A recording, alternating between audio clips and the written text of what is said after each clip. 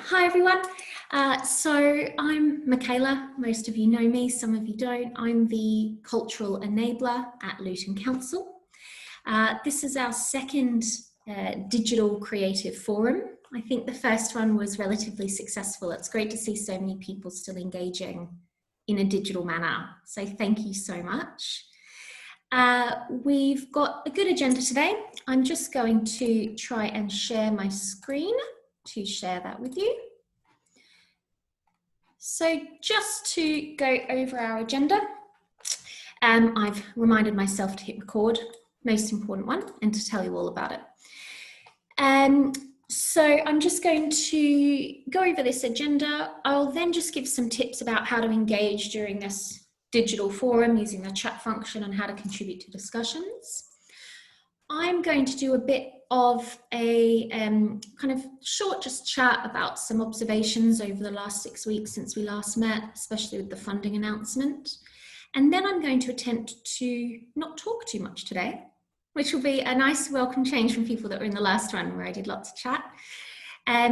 Unfortunately, Jenny Williams is unable to join us, so we won't be hearing from her. She was going to check in for anyone that was here last time, again, about the Black Lives Matter movement and how she's feeling at the moment. She's not able to join us, but I'm very happy for that discussion, obviously, to come up with anyone who does want to talk about that as we go along. Our main presentation is going to be from Addy. So hi, Addy, talking about creating new work and a new world moving forward, and lots of time for discussion there. Please be brave and speak up and chat away. And as I said, I'll just explain how you do that in a moment. We're then going to hear from the fantastic Paul Jolly about working internationally, something we know that Paul has done quite a lot of, and what's possible now as we move forward. We've then got some good time dedicated to what's next. We're going to hear quickly from Sinead about engaging with the Luton 2040 consultation. Hear from the fantastic Luke Walsh, our resident student journalist.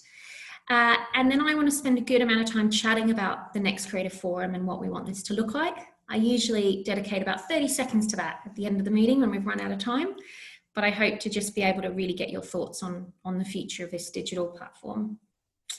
And then I have just put in there an extra half hour on the end for anyone that does want to sit around and chat. We did that last time. Lots of people wanted to stay, and I've popped BYO refreshments, so feel free to grab whatever you'd like after 7 o'clock or whenever.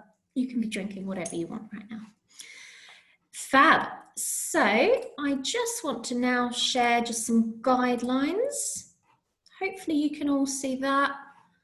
I can only see a few people down the side of my screen. Hopton, can you let me know if you can now see how to engage with Digital Creative Forum? With a nod. Thumbs up. Fab. Thank you. So just a couple of tips. As I said, I really want this to be lively and have lots of people chatting away, but obviously it's a bit awkward on these big Zooms. So the chat function is your new best friend. I'm going to pop a little comment in there, in case you haven't seen the chat function before. I'm going to put this as it, and that should pop up with a notification. So then you can use that. We really encourage you to use that for a couple of things that I'll get onto in a second. Anyone that's used to Zoom, you might know there's a hand raise function. We're not using that. Okay, it gets really hard for me to manage that when there's about more than 10 people on the call. So we use the chat function rather than hand raise. So to contribute to the conversation, so if you want to say something, just pop either that you have a question, just like that, or a comment, and then I'll call on you to unmute yourself and chat away. If you want to just have a discussion with each other, not really needing to unmute yourself and contribute, but you want to talk to each other, please just keep using that chat function to make comments and talk to each other and keep that process alive, just like we would in an in-person one when you talk around your table. Okay, enough of the boring stuff. Let me go back so I can see your lovely faces. I need to stop sharing. Fantastic. Great. Okay, So hopefully that's all right. There's also another little one that I really like, which is reactions. You can do claps and thumbs up. I think everyone should do that. Just especially when someone's talking, make sure that we know that you're listening. Any questions or concerns about the agenda? That's a nice shaking of heads. Oh, okay. iMac is Amy Ricks. Fabulous. Thank you, Ray, for letting me know that. Thank you very much. We don't let anyone in when we can't see their full name, just in case of Zoom bombing. But I've just let you in. Hi, Amy. Sorry for that. Okay, so we're going to get started. As I said, I'm going to start with just a few updates and thoughts from the last week or last 6 weeks, and then we'll crack on. So I've actually just prepared a few notes. I won't be able to see you while I'm just checking those notes. So I'm just going to ask my good colleagues, Kat and Hopeton, that if anything's happening that for some reason I'm not paying attention to, anyone saying, hey, we can't hear you or see you, if you could unmute yourself and yell at me and say, Michaela, stop banging on, that'd be fun. Okay, so as I said, I just want to give a few provocations as a way of framing tonight's meeting. So I'm sure you've all heard by now about the government's £1.57 billion industry relief package. Now, the package and the detail in it, or lack thereof, has sparked a number of conversations across the industry, and I just want to explore a few of those for you. So firstly, who will get the money and how will artists benefit? So last week I took every opportunity to hear from the government about the fund, so every kind of PM's question time, every time they were on the radio, to see if there was anything in their comments that would give away what the criteria are going to be. And in the end, you might have seen on the group, I decided it's probably better to stop speculating and just wait until we hear more, as it was driving me a bit crazy. Politicians might not realise that every time they use the word, say, venue, instead of organisations, that we all go, oh my gosh, that means something, whereas it might have just been a slip of the tongue. However, what we do know is that the fund's broken down into multiple categories. There's 270 million of repayable loans for the largest organisations, they say largest, 880 million for grants, 100 million for national cultural and heritage institutions in England, 120 million of capital investment to restart construction projects for cultural and heritage buildings, 188 million for Northern Ireland, Scotland and Wales. So what we're really talking about in terms of what might affect Luton is a portion of 880 million of the grants and perhaps a portion of the construction fund. So I think it's just useful for us to know that it really is just that smaller amount that will directly impact us. And no, I don't know what they mean by national cultural and heritage organisations. They may be talking about things like NPOs, or they may be deciding for themselves what that means. We'll see. So a key word in the announcement is funding for organisations. They specifically say that. So we do know already that this funding will not go directly to individuals. But we have heard that the funding won't just be for venues. They've specifically said it will include organisations such as dance companies, orchestras and participatory arts companies that might not have their own buildings but still play a vital role in towns and cities. So that is good news. You don't have to have a building to be eligible. We know Arts Council grants are back open on the 22nd of July, very exciting, and they're revising the criteria so they can focus more on supporting artists and individuals. We still don't know quite what that means yet either, but that is good news. Decisions on the government funds will be made by arm's length bodies such as the Arts Council. Also fantastic news, government won't be making that decision themselves. Government reps have said the following things which might be of interest, and all of these are kind of quoted from them. So imagine I'm doing this constantly. So they've said, any institution that receives the money will need to prove how they contribute to wider economic growth. So that really shows us what one of their priorities is. The key thing for freelancers is to protect the institutions so they can return to work when they reopen. We might have opinions on whether or not that's the right thing to do, but that is what they're saying. So they are trying to think about freelancers. That they will fund those who haven't been funded before, which is great. More information is available by the end of the month. The fund's priorities are there's 3 of them. So 1 is to protect nationally and internationally significant institutions. 2, protect the important institutions around the country critical to the levelling up agenda. They don't describe what that is. And 3 is to prioritise those which are key drivers of economic growth. I would say 1 and 3 are actually very similar, but that's their 3 priorities.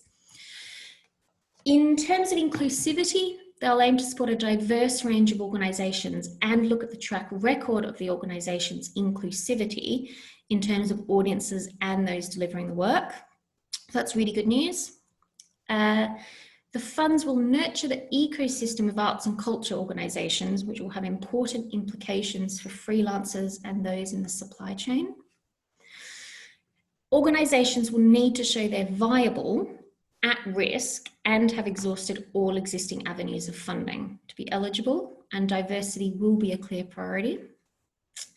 And my personal favourite, that there's a great deal of difference and complexity in opening a theatre and having passengers on a plane.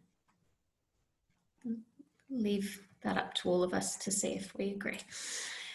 So they're basically saying it was easier to open planes than theatres. Okay, so obviously a lot of us are concerned as to whether any of the funding will reach artists and communities. And as I said, I'm really not going to speculate much further, but I do just want to share a couple of hopes, hopefully informed hopes. We do think that a lot of the organisations that might be eligible for this package are the same ones that received the Arts Council emergency funding. So we can hope that ACE wouldn't double fund, so they won't fund organisations to cover their losses from March to August if they've already been funded by the Arts Council to do that. So that is good news. So the funding could just be for losses from August to January.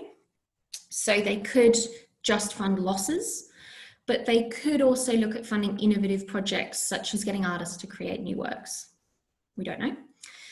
I have been impressed with the Arts Council recently. I think that's a little bit of a provocation, so happy for people to jump in and talk about that. They've had a real honesty about and commitment to diversity across race, class and disability. So I'm hopeful that a lot of what they used to talk a lot about over the last few years about ensuring that MPOs are more diverse or have a commitment to diversity and put it into action before they fund them. So we can hope, sorry, I'm just getting some weird notifications that are distracting me. I'll put those away. Just making sure it wasn't about this. So we can hope that particularly with this, they will put those commitments into action and actually say we're not going to fund organisations that don't have a commitment to diversifying. We can hope. This is a little hope for me. So a way for venue-based organisations to support artists might be for them to commission socially distanced R&D activity while the spaces are closed. And for them that to be programmed when audiences return. So I'd personally love to see this happen, you know, have artists filling the spaces and playing and making and being paid to do so. Be fantastic. But obviously those venue organisations are also in financial distress. So there may need to be compromises when they're programmed, such as, I don't know, lower fees or not great box office splits. I'm not sure. I think I'd leave that conversation up to experts. We've both got Rachel here, who's back at work, and Ray. So I'd be happy for you guys to have a bit of a chat with everyone about whether my hope is not really viable. I'm not an expert there. Something I have been thinking about a bit is the criticism that the funds receive from freelancers and the lack of hope that some have that the funding will benefit them. Now, I'm not a freelancer and I refuse to speak on behalf of freelancers. That's not appropriate. But I did think of an image when I've been reading the criticism that I just want to share with you. If I can get my sharing to work again. Yes, there we go. You can see hopefully quite a terrible image called the theatre economy on Paint. Got my council laptop doing well. So this is something a few of you might have seen. It's basically about the whole ecology of theatre. So we've got the show, performers, production and creative. You can't quite read this very well, but there's a choreographer, a musical director. This actually got quite a lot of criticism when it was released because it excludes writers and designers and lots of other important roles. So I'm not saying this is great, but I'll explain why I'm sharing this in a sec. So we go down to technical and creative. There's lighting, musicians, stage managers here. In the venue, we've obviously got marketing, management, cleaning, security, associated support. Can't read it that well. I think we have legal, medical, logistics, and then the wider ecology, which is obviously visitor economy, food and beverage, etc. Now, the reason I'm sharing that is we use that quite a bit to advocate for the role of the arts when we were asking for the funding package. So whether or not it's accurate and whether or not it's really fair in terms of who it includes in that, I think we should use it to our advantage now. So we used it then to show the ecology of workers involved in the arts and the number of people employed who are at risk of losing their jobs. And now we're concerned that funding might only go to venues. It seems we've kind of forgotten about it. And so if we have faith that if funding is going to go to venues, it could also go to all of those people on that pyramid. So if it helped with our work to government, then perhaps it can also help in advocating to those that might receive the funding. Maybe we just need to think about that rather than losing faith, say to those who get funding, how about you support the rest of that pyramid? It's just an idea. So moving on, I just want to talk quickly about how we might be able to support non-theatre professionals and continue advocacy for those art forms that aren't getting as much attention as theatre. Theatre and the performing arts have got a lot of attention recently, and it's quite easy for these conversations to be quite dominated by that conversation. And I want all members to know that's absolutely not what I want to happen tonight or in any future conversations. It's just when these funding packages have been released, it seems it's focusing on theatre. So it's easy for that conversation to go that way. Obviously, the focus on theatre has been for lots of reasons, including how especially the West End contributes to visitor economy. That's really important. And the social distancing challenges of traditional venues. It's obviously at the forefront of people's minds. But I am worried that our visual artists and crafters and other professionals who are unlikely to benefit from this funding package, I'm worried that, maybe there's a way that we can actually support them when funding comes through. So I just encourage everyone to think innovatively about kind of, the intersection of performing and visual arts and how funding might spread across sectors. I'm thinking of things like the Fab Children's Peace Party last year, which lovely Mary Hearn was our associate artist on. That kind of presented as quite a performative event. It was really interactive, but it was based almost entirely around craft and making. But it was still really quite public and large scale.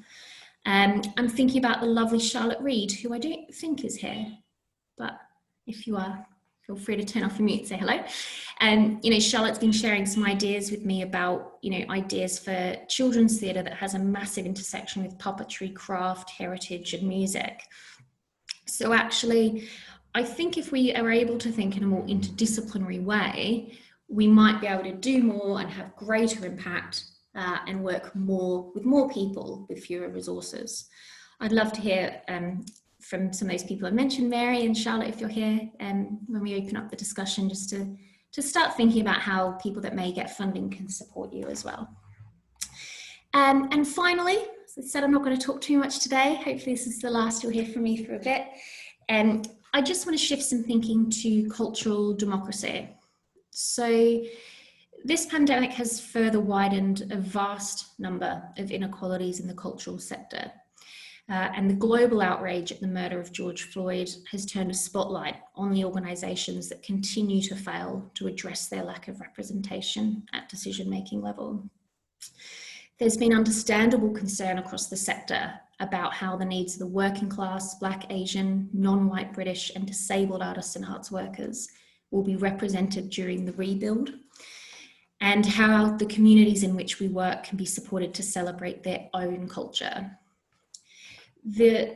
As we know, we spoke about this a little bit last time when the announcement had just come through, the people on the Cultural Renewal Task Force and those making decisions about future priorities of cultural organisations, aka the unfurloughed and the not freelancers, including myself, were predominantly not representative of the population. So there is criticism about the way that culture is defined, who gets to decide what culture is, where does it happen, and how is it nurtured? And there's a host of suggestions about ways that funding could be reallocated, better distributed, and resources better shared. And people are supported, I suppose, to celebrate their own culture, rather than, you know, this ingrained kind of misunderstanding of what the arts are. So I suppose if there is any silver lining to this horrific pandemic, I hate saying that, I don't think there can be, then the opportunity to kind of burn it down or shake it up, these structures that have been ingrained for so long, might be one of them. But we have to start with where decisions are being made right now, and who is informing these decisions. We've all seen, obviously, with the language, as I was just saying, of the politicians making these announcements, clear what they think the arts are. So, you know, it's the National Theatre and it's Shakespeare's Globe, and you know, and what they think culture is. So I'm very aware that we need to improve the presence of freelance, culturally and ethically diverse, working class, young and disabled voices at decision-making level, including in Luton. Right, I'm very aware of that. So I just want to assure you and talk for a quick moment about 2 projects that are designed to address this, that have been in the pipeline for a while, have now been made urgent priorities. So many of you have heard me bang on about it. I'm sick of talking. I'm ready to do some action about the Young Creative Leaders and the Creative Forum Leadership Program. Been talked about for a very long time. And these programs will see a number of young people and a number of Creative Forum members come together for a leadership program and development, but to feed into the delivery of arts strategy. And one member of each group will sit on the arts strategy group. Okay, so we'll have a young voice there and an artist voice there. Now, I'll be honest with you about their status and progress. Both projects were stalled last year due to the workload of People Power Passion. Whether or not that's right, and I'm being honest, that's why they weren't progressed last year. Then late last year, we were actually unsuccessful in gaining funding for the project for the Arts Council. And then Arts Council, we were asked to resubmit, and then Arts Council funds got stalled. So now we're in a position as well where the council is under severe financial pressure. So all spending has been paused. So any funding that we might have had for it, we're not able to spend at the moment. So I believe that people engaging in a Creative Forum leadership program should be compensated for their time. We're all very aware of these meetings that artists get invited to, and they're the only person around the table that isn't being paid to be there. So I believe that absolutely need to be compensated for their time. Should also be financially accessible in terms of covering costs. And we should also be able to offer exceptional leadership development opportunities and have people come to speak to everyone. And all these things cost money. So at the moment, I'm working to understand the capacity of funders to support us to deliver this well. I am confident the program will get off the ground soon, but I've been stuck between wanting to get the program done quickly, as I said, urgently address the lack of representation at decision-making level, and wanting to do it right with appropriate compensation. I described it to a friend recently, last night in fact, lovely Sophie and Carl, that I feel almost kind of paralysed with this fear of getting it wrong, but also the absolute need to just get it done. So over the coming weeks, members of the Arts Strategy COVID subgroup, and many of you are here tonight, we're going to be exploring those questions in more detail, and then we will be opening that up to all of you to feed into that. And in the meantime, if you want to engage in that conversation with me, then my virtual door on that topic is absolutely always open. Okay, so that's me. Just wanted to share that. I hope some of it's useful. I hope it helps frame the next conversation so we don't have to recap on all of that. And as we keep going with the discussion, feel free to ask me questions as well. So on that note, we're ready to hand over to the fabulous Addie for her presentation. Go ahead, Addie. Lovely, thank you, Michaela. I'm just going to quickly share my screen. Got a presentation all lined up. Hopefully that's worked. Has that worked? Can you see that? So it should say my name. Yeah, amazing. Okay, thanks, Michaela. So I'm sure quite a lot of you know who I am already, but for those who don't, my name's Addy and I'm a producer and actor. And I also run a theatre and film company called The Basement Bunch alongside some amazing local artists, Shakira, Hannah, and Charity. So like Michaela mentioned, she wanted me to give my thoughts on what the industry is going to look like creating work post-COVID. And if I'm being 100% honest, I've really struggled to think what that would look like. And the reason being is that I actually spent lockdown staying clear of creating any work, as much work as possible, purely because I really needed a break. And this is going to lead into some of the questions I'm going to ask later. And I think that's really important for me to mention. It was really hard for me to get back into like the thinking mode of what work should look like. So with that said, before I talk about my thoughts on creating work, I thought I'd just give a quick update of what I actually did do. And like I said, in all honesty, it wasn't much. It was a really interesting experience for me. I spent it discovering a new hobby, watching a lot of Netflix and drinking a lot of Prosecco. When lockdown started, I was actually relieved because it came at a time where I was in the midst of auditioning for a lot of summer projects, which can be very overwhelming as an actor, especially when you're trying to balance a day job and other creative projects. And I just didn't want to do any acting lessons. I didn't want to make any work. I just wanted to relax, essentially. So the new hobby that I discovered was painting. Whilst browsing the never-ending heaps and heaps of shows on Netflix, I actually came across a painter called Bob Ross, who has his own show on Netflix where you can paint along with him, which was pretty cool. So I highly recommend. But as you know, I'm no professional by any means, and but I would spend a few hours every other evening just painting, which actually pre-lockdown I wouldn't have done because I wouldn't have had the time to do that. So it was really lovely during lockdown to discover a creative hobby that I will now continue. But that also made me ask myself the question, you know, how many other people would have spent this time not necessarily working in their industry or their jobs and actually just wanting to discover something new and creative. And it also made me realize that there was no shame in that, and that I shouldn't feel guilty about, you know, obviously being a freelance and independent artist, that I shouldn't feel guilty about not working.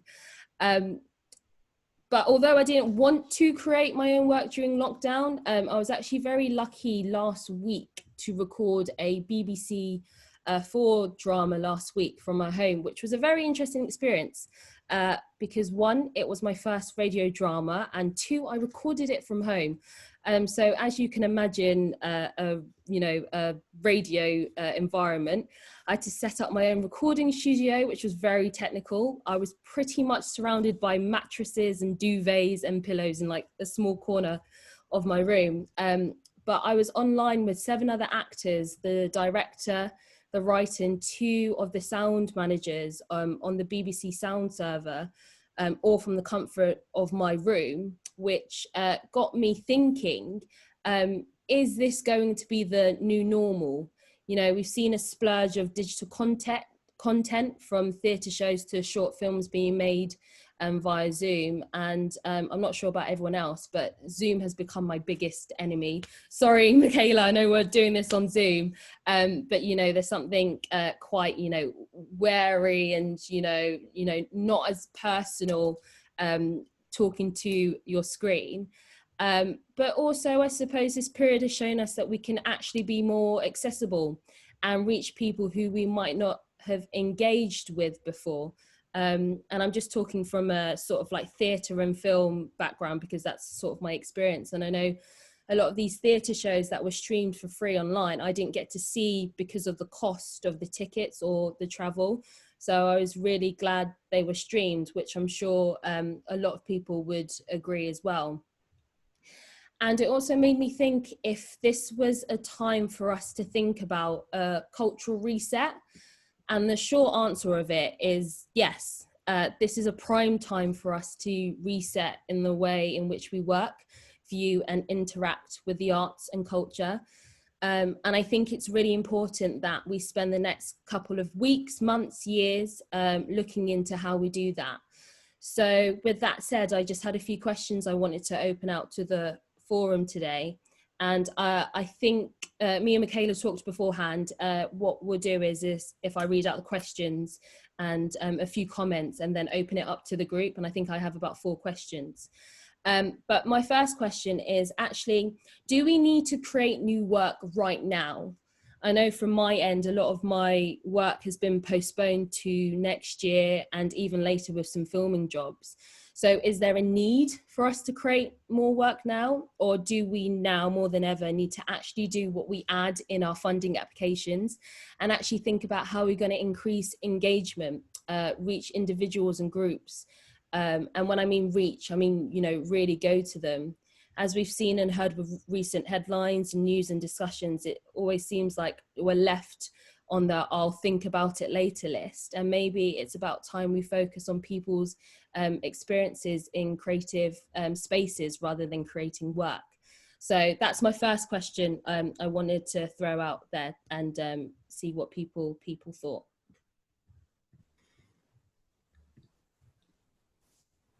Any questions? What do people think about that? Pop in the comment box if you have a question or comment. What do you think? Does it look like Amy's typing? Should I pick on her? Should I pick on you, Amy? You're unmuted. You can. Go ahead. I was going to say, I think at this time, instead of creating more work and where does that work go and who sees it and where does it get exhibited, who are we performing to or like creating for at the moment, I think is the big question. I think getting everything, all the groundwork at the moment with Little Red, I'm concentrating on all the groundwork, anything that could be or should be done. So as soon as we get to open those doors, everything's ready to roll, and instantly we've got all the artists lined up. They know what work they're going to be displaying, how they're going to be displaying it.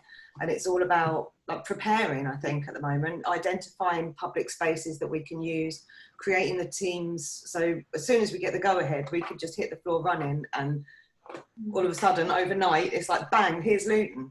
And it's really quite explosive then, because it happens straight away all together as a team.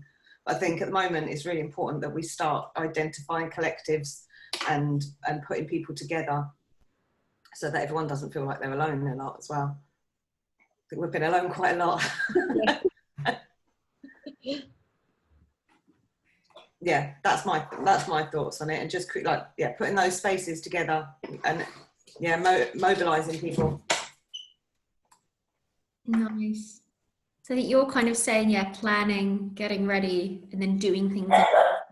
Yeah, rather than actually doing the work itself at the moment, because I think you could get quite stuck with creativity when you don't really know where it's going to go, how it's going to end up, where it's going to end up, who's to see it. It's quite stifling. So yeah, instead of putting so much pressure on ourselves, like you, Addy, I've been just really making the most of the time to relax. I haven't had this time of 20 years to just relax. So I'm not putting the pressure on. If something can be done, I'll just go and do it. And if it can't be done, then it doesn't matter, does it? It's always next month. Nice. Yeah, I will be opening Little Red gradually for artists if anyone needs to use a space. It won't be like loads of people at a time, but if 4 or 5 people wanted to use the building between them, and there'll be no charge over at the moment, we just have to work out how to get you in and out. but I won't be charging anybody until I'm actually open again. So if anyone needs a space. That's awesome. It sounds like Genre Brew Dance have a similar opinion to you, Amy, in kind of saying time to plan. But Paul Jolly very directly said, no, let's create. Paul, do you want to expand on that at all? Is Paul here? Maybe he's ducked out. Should we hear from Jean? I can unmute you. Okay. Hey. Hi. Definitely no. I'm in lockdown. I've been kind of quite self-conscious and very, very, finding difficult to express anything at this point in time. I am a little bit suspicious or concerned of this drive at the moment to kind of try to do something where we don't understand yet. My point at the moment, I don't know what this space is. As an artist, I don't understand. I have coming from a movement perspective. I hope like any other artist apart from film, this is a very familiar arena for film. I guess that there's a lot happening in that format, but I'm still struggling to find out what this space is and how things are experienced from the other side. And going back to what Ade was saying, like I'm most of the time concerned toward the experiences from the audiences as well perspective.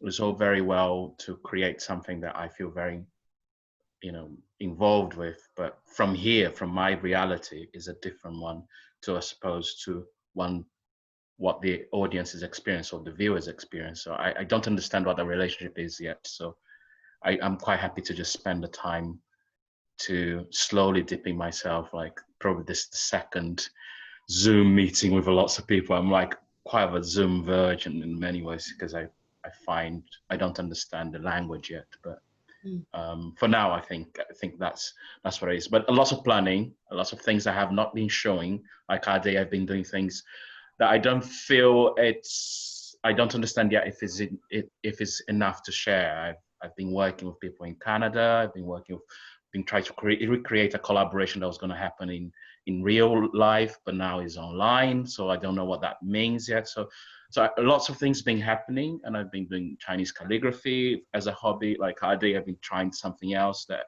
I didn't know before. Lots of music, lots of poetry. I've been writing loads. I've been filming myself endlessly, doing all sorts of different things, but I just don't understand how it works online. That's all.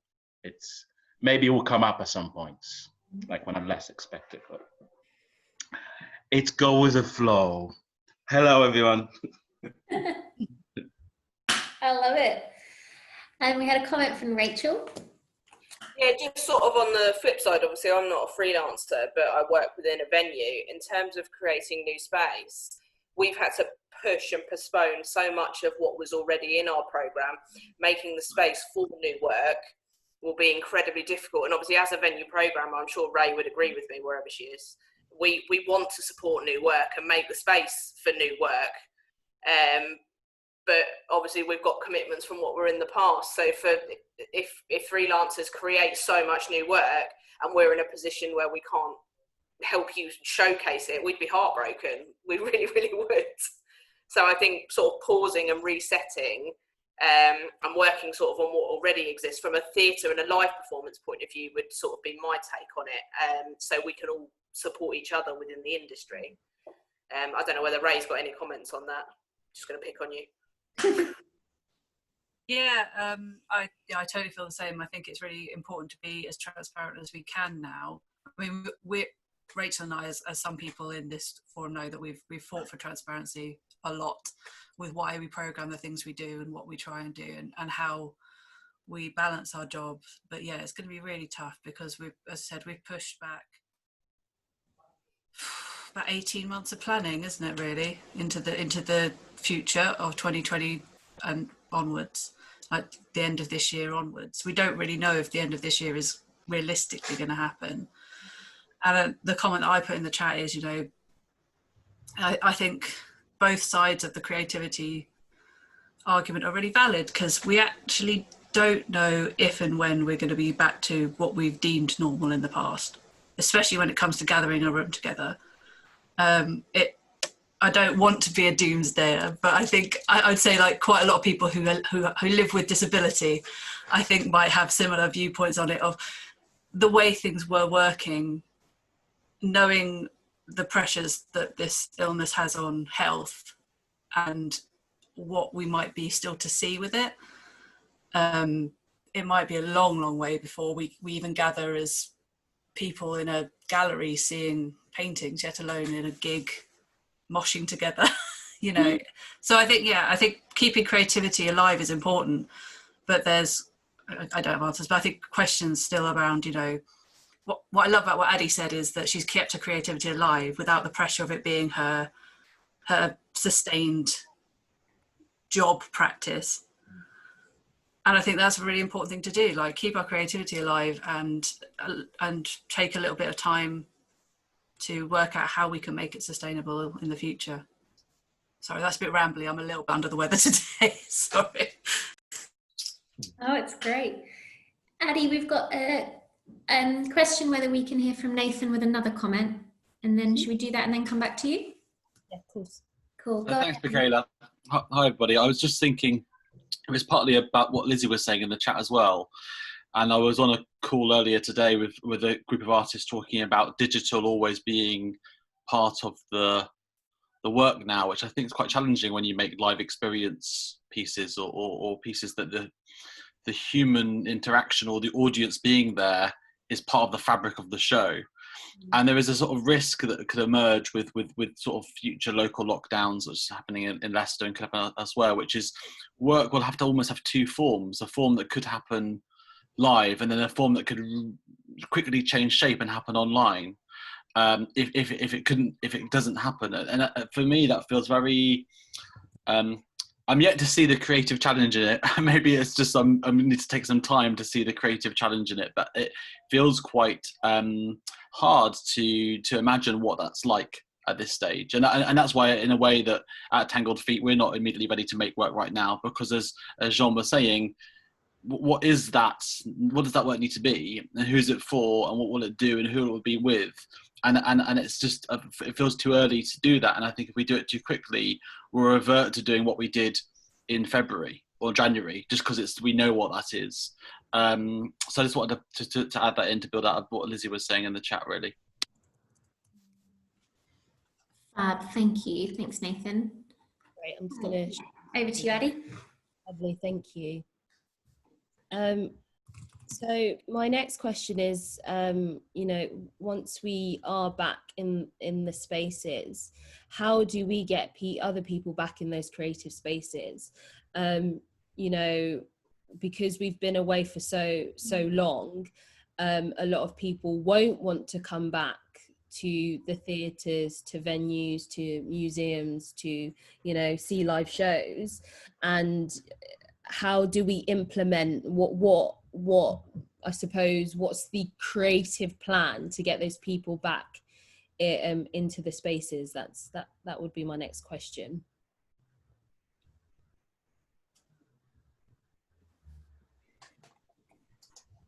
Who's got some thoughts on that? Anyone? Yeah. Can you hear me? Yeah, go for it. Can you hear me? Yes. Oh, cool. I can't hear anybody at the moment, very much. You can hear. Fantastic. I think this is the most important. I was going to raise this when I talk about the work I've been doing, but I think a lot of people forget that a lot of their work depends on audiences as well. And there's a lot of evidence at the moment that there's one thing opening a venue and there's another thing actually getting the confidence of an audience to come back into a space. And we have to look at both sides of that equation to move forward. I think it's really, really important. And I'll cover it a bit more when I do my talk, but I've been working with venues in London that are trying to open at the moment. and the kinds of issues that they have in terms of ways into a building, ways out of a building, whether you can keep distancing. Most music is performed in quite small venues when you talk about the bread and butter of the kind of work that I and my colleagues do. So there's questions about whether you do 40-minute sets and then you have another house and get an audience in, where you put the audience that's waiting. And then going back to what was said before, I think there's a huge, and again, I'll explain a bit more later, but there's a way of having another economy where you kind of have a digital streaming way of working as well, and you bring the two things together. So that it can be quite exciting, but I think we shouldn't overlook the fact that getting audiences back in venues is going to be really, really difficult. Yeah, agreed.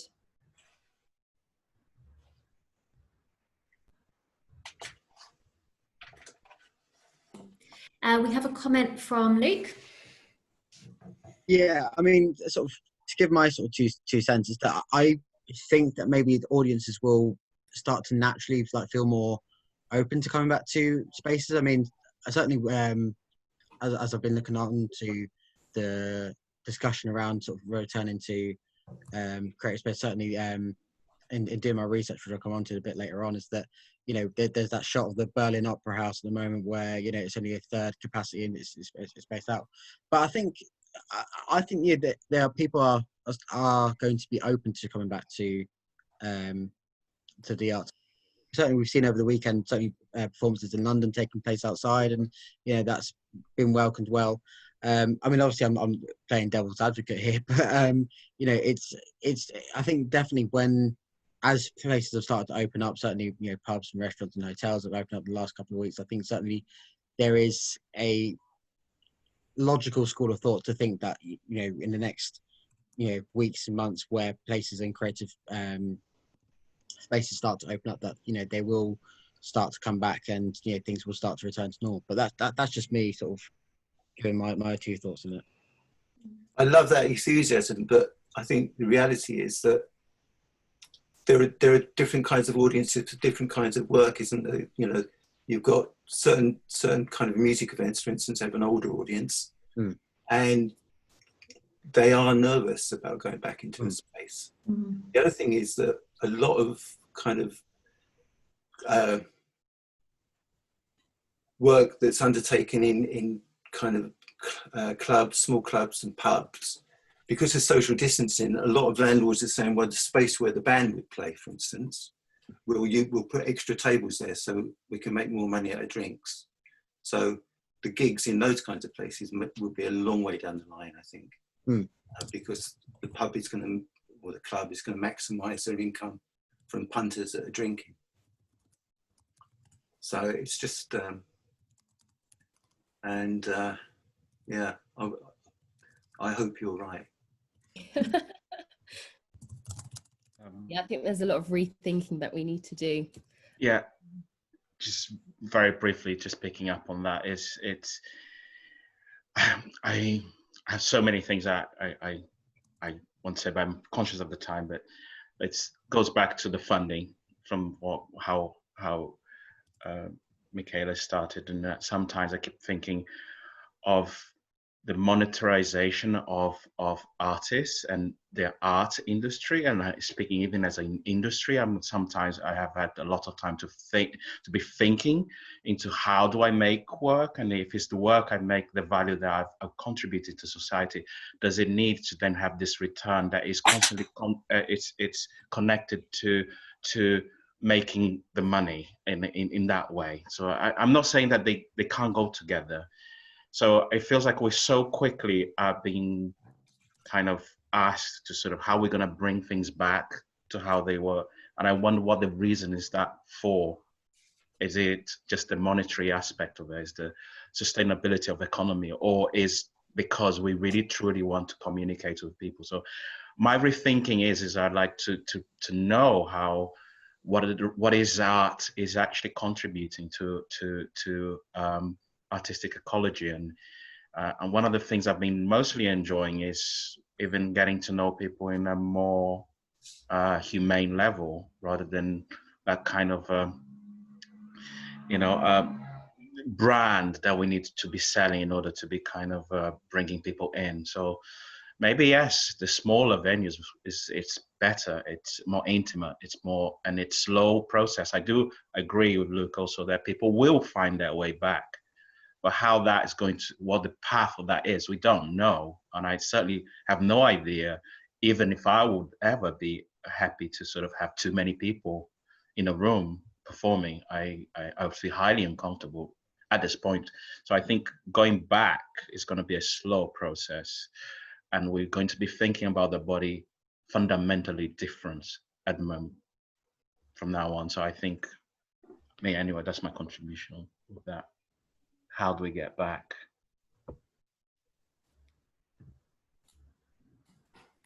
Great. There's some good chat going on, but I think we're good to come back to you, Addy. Yeah. So the next question is, do we also need to rethink about the working environment in creative spaces? And this is including freelancers, hospitality staff, casuals, temps, marketing teams, HR. If you work in, any capacity in or for a cultural space or creative organization, how do we ensure that we don't have artists / creatives feeling like me at the start, like they desperately needed a break? And I think sometimes we forget that we are also entitled to work in healthy spaces. And also, I think this should include the discussion of creating an environment for, diverse voices from class to race to disability to flourish and not feel unwelcome or like they're imposters or they're tokens. So do we also need to rethink about the working environment post-COVID in creative spaces?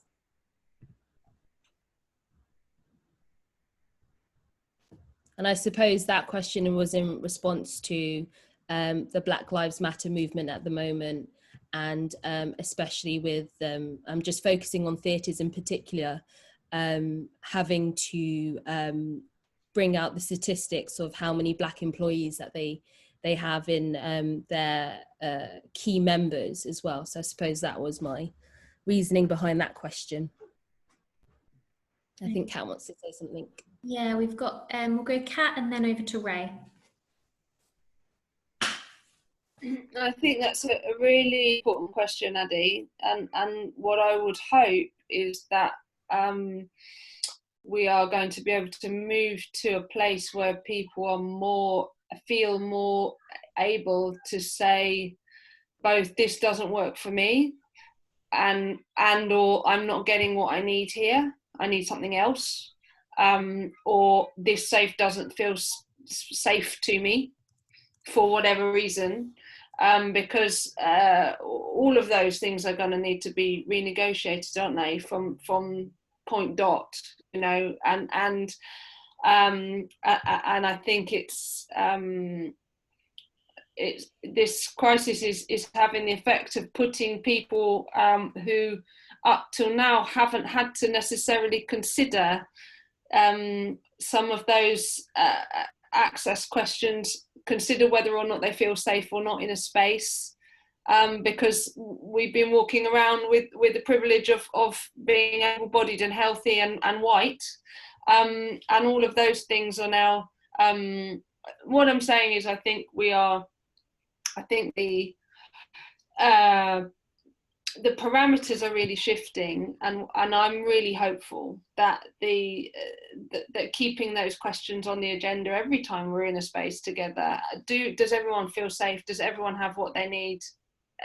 Does this environment work for everybody? Will need to be reinterpreted every time from the beginning. So we should continue to ask those questions and feel bold enough to ask them and respond. Actually, no, it doesn't. I need an adjustment. We need an adjustment. They need an adjustment. Can I just come in, if that's okay? I was just going to say, in terms of reimagining what kind of we're talking about, I don't think we need to necessarily place the onus on the people who might actually need a certain type of space, or when we talk about inclusivity, because we're actually perpetuating the same problem. There needs to be some sort of discussion or consultation that's kind of done beforehand, whether it's with a bigger group. But but yeah, I think the responsibility can't always lie with, you know, a minority group or anything like that. So I think it was just important to think about ways and methods that we can do that right from the get-go, as opposed to always being in a state of, oh, something's really happened, we now need to respond. Because I think we need to really get out of that cycle, and we need to try to preempt stuff. And yeah, so I just wanted to just say that. Yeah, that's really important. I often think about that, you know, there's more to creating an accessible space than saying to everyone, let us know if it's not. But I think, you know, we can all learn more, and I think it's a really important conversation. And Ray had a comment. Yeah, really quick addendum to both those points is just that everyone needs to just keep that at the forefront of their minds going forward, because we're about to go into a really dangerous time for this work, I think. You just have to look at the national, where 400 employees are essentially being told they're going to be going through redundancy anyway, whilst the leadership of that organisation stays very similar. And you know, I think it's great, this idea that we are now looking at you know, how this world is more accessible to some people, and then protecting that go forward. Like, this is the best way for some people to engage. I think that's worth protecting. So I really hope that everyone in this room advocates to keep, as both Kat and Imran have said, this way of thinking at the forefront of the mind, where it's not assuming that other people will tell you what they need, but it's an assumption that you need to ask people what they need, and that there isn't a norm for everybody. What we think of as the norm is always just the way in which privileged people live. Yeah. I think Nathan wanted to comment as well. Yeah, I was just thinking about the freelance community, because one of the things that I felt when listening to you speak, Adi, was that there's also been this clarity now that all of the cultural sector relies on freelancers more than anybody else to make the work, create the work, show up, do the work, and then not have any of the benefits of having an employed contract. And then we will work with you for 4 weeks, and then we'll ask you to leave, and we'll give you nothing afterwards. And that is a major shift that I think needs to change, which is how we work with freelancers, how we support them, and because ultimately we rely on the freelance community to deliver this stuff, and it's been mostly those people that have fallen through the cracks of all of the government support systems, and there would just be no work without them. There'd be nothing would happen. It'd be lots of people administrating nothing. So it suddenly feels like the furlough system has done something in terms of supporting an employed cultural workforce. But you know, you'll see there's quite a few campaigns now, freelancers that make, and the freelance task force, that actually that's one of the things in terms of spaces and ways of working, Adi, that I like to see changed, which is about paying freelancers properly, paying them properly, and in some way paying them so they can survive away from that freelance marketplace when and if this happens again.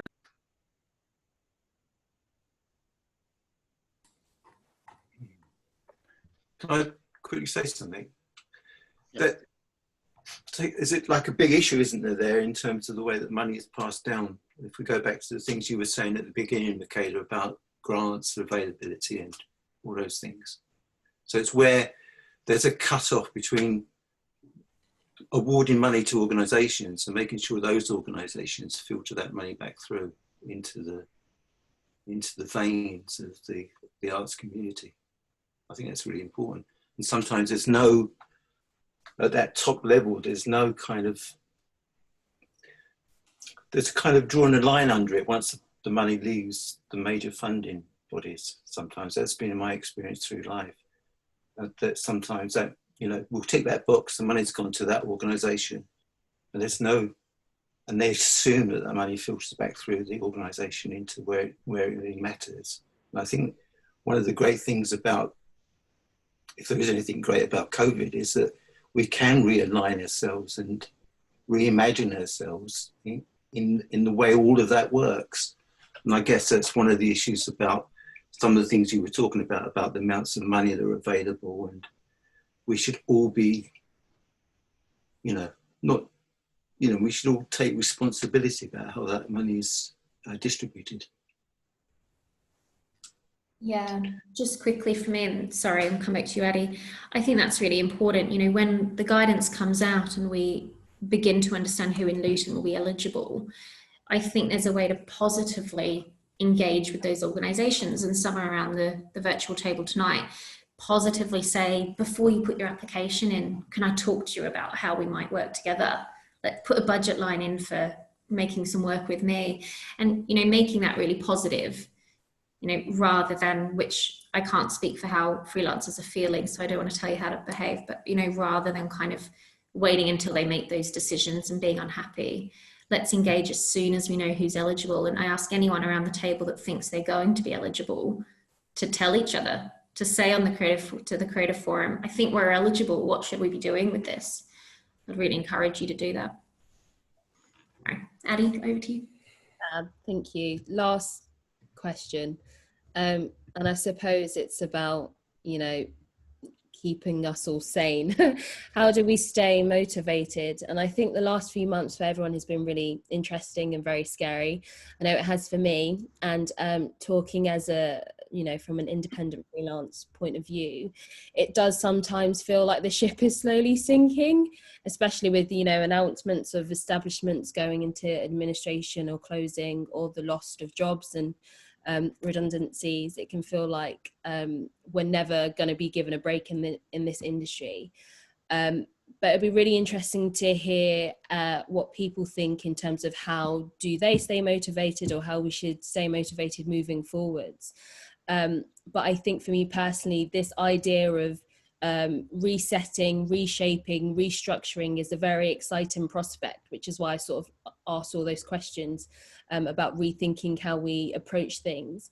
And I think that we need to go back to the drawing board and be innovative in reshaping what the arts and cultural sector needs to look like.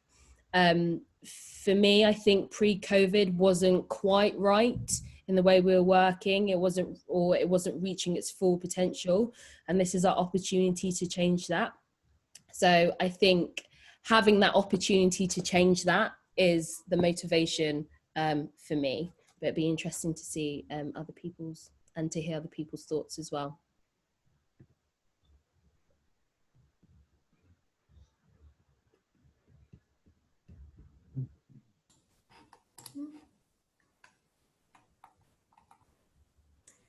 We've got maybe a comment from Jacob. Jacob, do you want to expand on that for everyone? Yeah, hello everyone. I just think that from personal experience, and I know this may not sort of relate to everybody, but I guess that everybody was in shock at the first few weeks, even months of this whole horrible crisis, where maybe we were just trying to to salvage and then reconcile ourselves with the new situation. But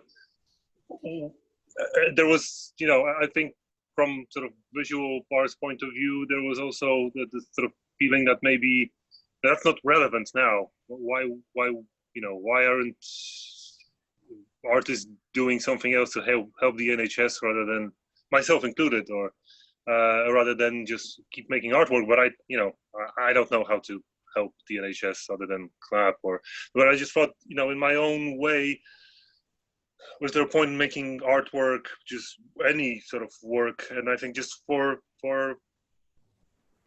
its own sake, yes, because regardless of the problems that we have now, the problems that we are going to inherit as the aftermath of the lockdown, and even though there will be an abundance of work to show one way or another, you're bettering yourself and those around you who you work with on projects, even if they don't lead anywhere, right?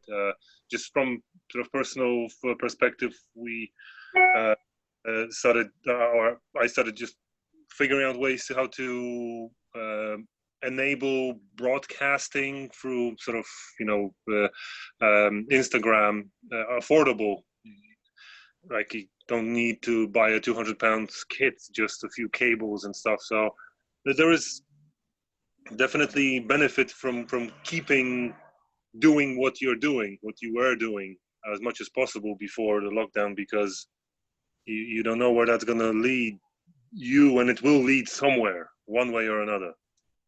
Keep the faith, I guess that's what I'm saying. I like that. Rachel? Hi. So how do I stay motivated? It's slightly off on a tangent, but basically I've got two very young kids, and what keeps me going is being able to be creative with them and see their imaginations grow. And it reminds me of everything the arts can and will do. And they're at that such young age that they're so innocent and naive. They don't actually know what's going on around them, so they don't know that the arts is in complete collapse. So actually you can grow and nurture the arts and motivate them to see the benefits of it before it's even like, basically by the time they get to sort of the age where they think, oh, I might actually want to do something in the arts and be creative, this pandemic will be gone. And I think that's so important to remember the little people.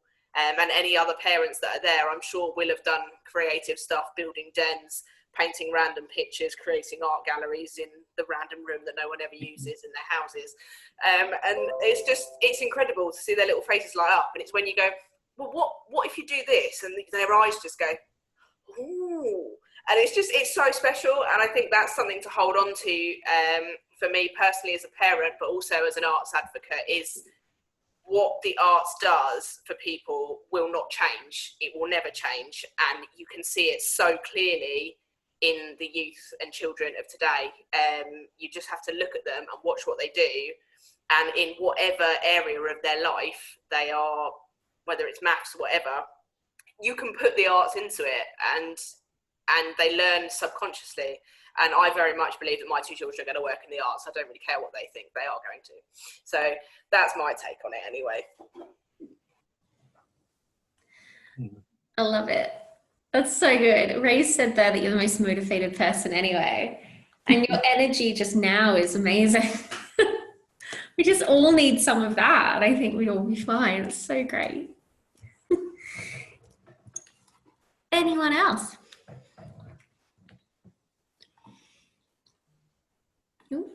Comment from Lizzie? Yeah, it's maybe an answer to all of them, but just a thought, just going off what Jacob said, I do think it's not our responsibility to help the NHS, but I do think something that has kind of made me think, and maybe already made me think, but I mentioned this a lot, my sister's a nurse, and most of my friends in Luton, like, they either work for the council or they work for the NHS or people like that, you know. I'm sure many of us here, we have non-artist friends as well as artist friends.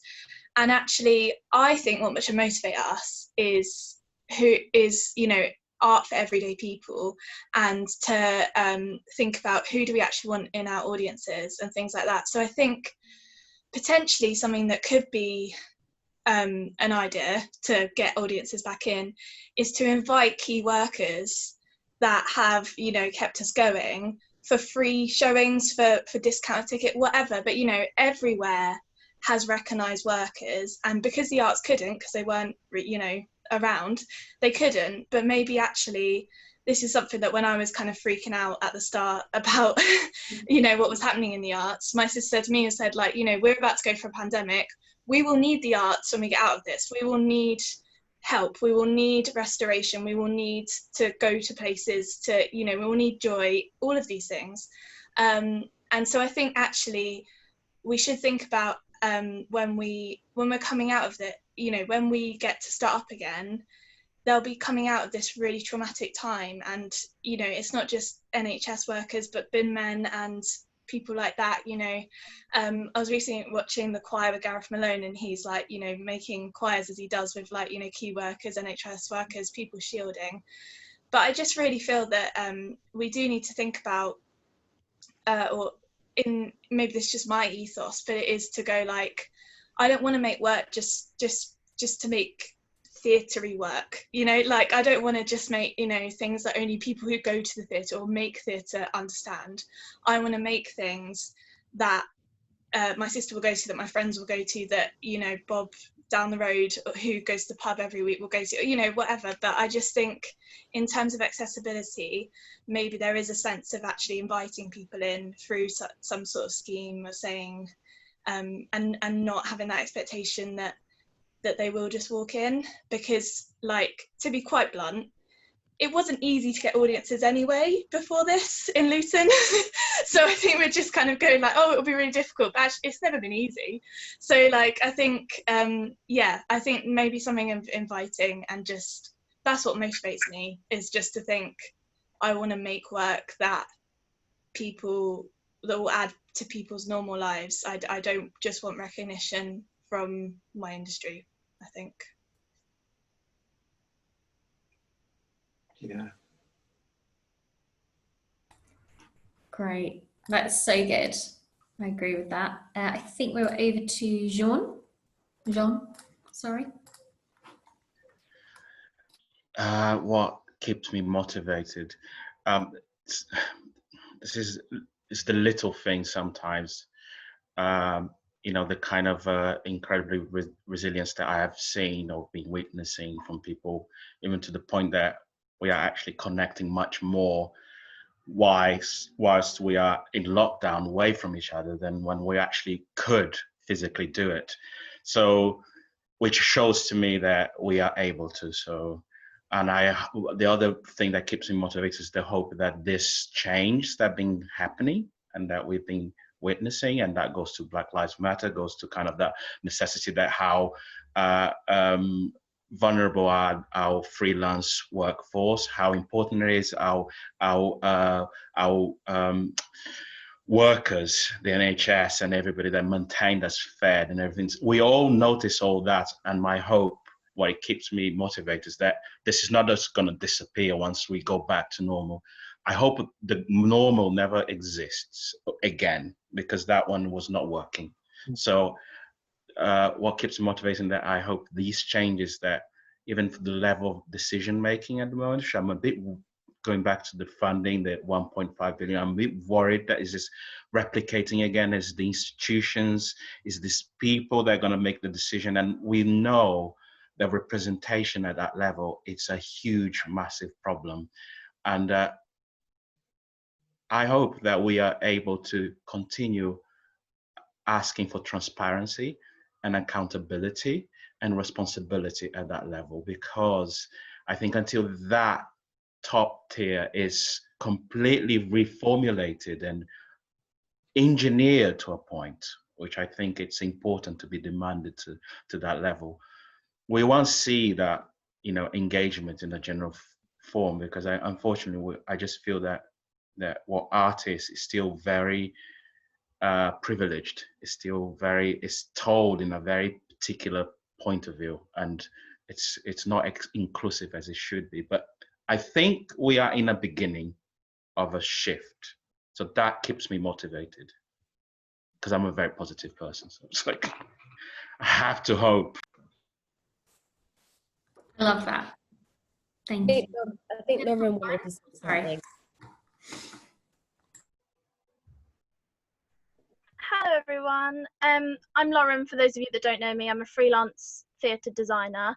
I kind of am going off the back of what Lizzie said, which I completely agree with, but then I've been making some notes about my motivation, and actually where I am right now, I've not felt very motivated at all to do anything creative, because I don't know why I'm doing it. I think what I've struggled with is the kind of reason, the kind of end, the deadline. What am I doing it for? I mean, I know I can do it for myself, but the reason why we do what we do is to create it for other people to experience. So it's kind of that thing of the people and the audience is really massive to me, and that sense of community has always been really what I love to do, and explore that with people and share it with them.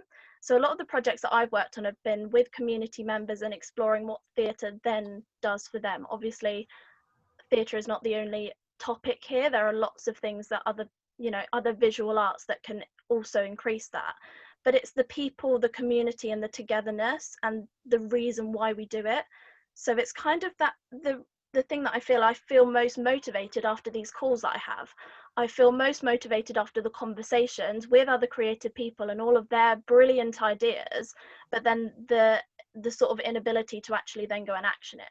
So I think the motivation for me would come from, you know, us creating things.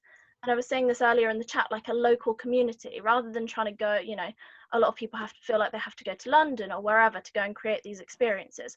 Why not in Luton? And it's also that thing of where people in Luton want to have those experiences, like what do they want? We create things, but we don't even really necessarily know where our audience is and what they want. And I feel like I always see comments on things. I see Charlotte always going on them. I know she's not here, but she's always like commenting on behalf of everyone, like the arts are amazing. And I completely am like with her on that. But why don't the people of Luton love the arts as much as we do? How do we share that with them? And I kind of wrote down some ideas of like, you know, showcasing things and open scratch nights, get together with a few creatives and do like sort of like a life drawing thing where someone says, do 5 minutes and draw this person, do 5 minutes and make a show, you know, like give yourself an hour and create something out of nothing.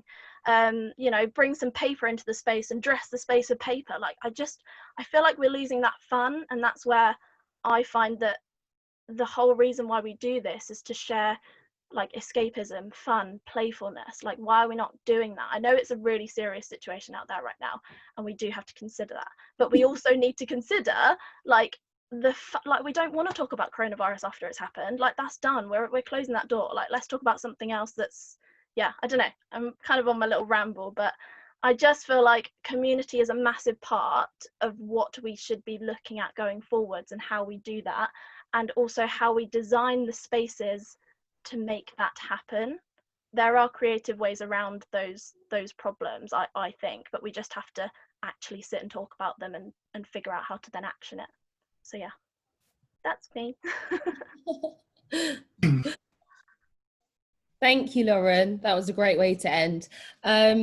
Yeah, agreed. I just think my hope is, and this is hopefully what you got a sense from my presentation, is that I think, like I said, this is a real opportunity for us to really go back to the drawing board, to, you know, go back to the essence of what arts and culture is about. And you know, if you look at the history of arts and culture, it always started in the community, and we need to go back to that. So hopefully, fingers crossed, post-COVID is a real changing point for the industry. So yeah, thank you so much, everyone. Thank you. I feel like that was probably the most lively conversation on a Zoom I've had this whole time. People actually want to engage and talk, so thanks so much. We've got to move on. Typical Michaela fashion, we're behind now, but I wanted to keep that going. No, it's good. I love just letting people chat.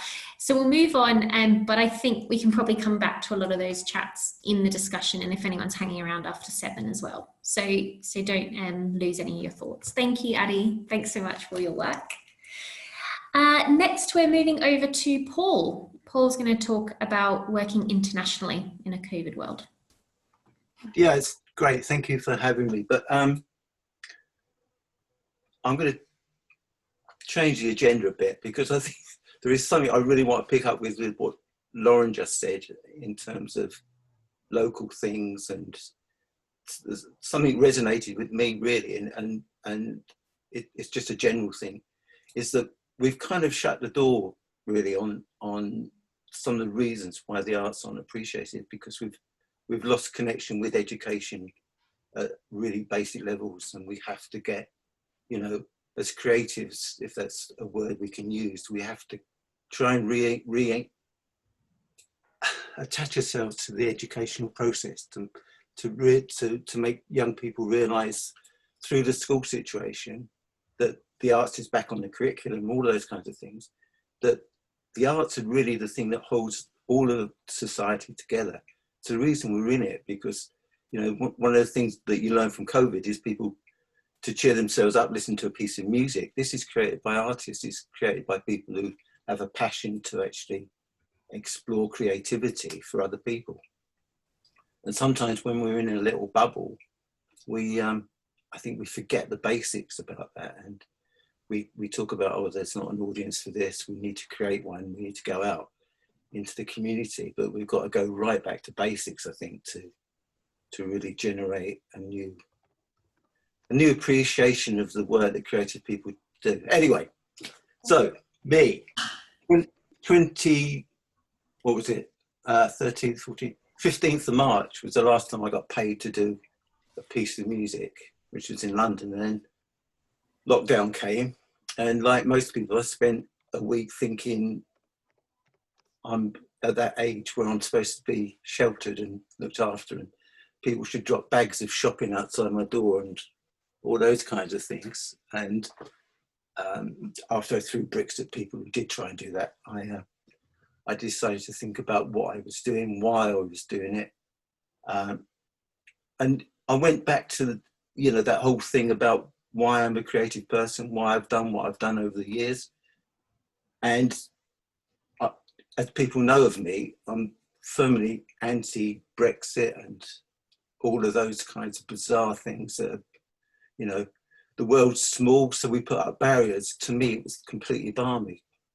And the last piece of work I did in London was with 2 Italians, and they asked me to work on a project with them during lockdown, which I did, which was then recorded by sending stuff over the internet, adding stuff to it, and then it was mixed in America, then it was put to a film in Italy, and it's now up for an award and all those kinds of things. And it's really kind of got me going that, you know, all of us have these friends who are in the creative industries, and they may be abroad. Why limit ourselves with no venues here? Why limit ourselves to just working with the people we know? So I decided to kind of go out and see who was out there. And that's the beauty of the internet, is you can like make contacts with people internationally. You can find out what people are doing, set up projects, and it works for music. I'll come on to some issues that music has about that. But I figured that, you know, with theatre and with the art, poetry, and even with dance projects, you can work internationally in this kind of lockdown situation. There are, I think, people out there. There are people working on software which gets rid of all the latency problems of working together and creating music together. And the one thing that's enabled me to do is to see that there's a bigger world out there, and that creatively there are people in the same situation that we are, who all just want to work with other people. And I just find the world is such a small place, and we're all tied up with our kind of Facebook friends that all tick the boxes. You know, we're in this kind of bubble, and there's a world out there that is completely crazy. And this is how we can change society. This is how we can look at things like Black Lives Matter, all of those issues, by engaging with other people, engaging creatively, doing something positive. And that's been my experience over the last few months. And because I was forced into kind of a lockdown situation, apart from buying a bicycle, which we'll talk about later, I felt it was like when you're squeezed into a box and you want to escape, why go an inch outside of the box? Just go for the whole thing. So I've now got a project with some people in Japan, got a project with some people in America, I've got the ongoing project with the people from Italy that we're working on. And these opportunities are out there to go outside of our little bubble and work. And I think then we can bring all, you know, when things open, perhaps we can bring all that experience back, you know, into our kind of more local creativity. So that's, you know, and I'm here for people who want to know how to make these contacts, and the venues that I've been working with in Berlin and in one in Paris and one in Heidelberg. You know, there are people that have not just involved in the music business, but they, you know, dancers or poets, and they're all everyone's desperate to work because, you know, And the other thing I found is that we sit around sometimes chasing funding, chasing the things that we think we need. And all that time we do that, we could actually be doing creative things.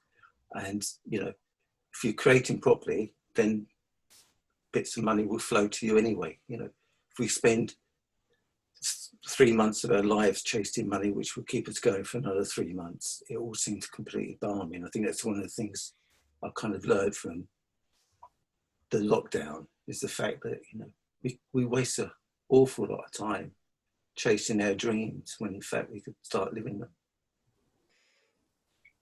So ask me questions. You can ask me about my electric bike if you want. It's really good getting up a hill on it. It's fantastic.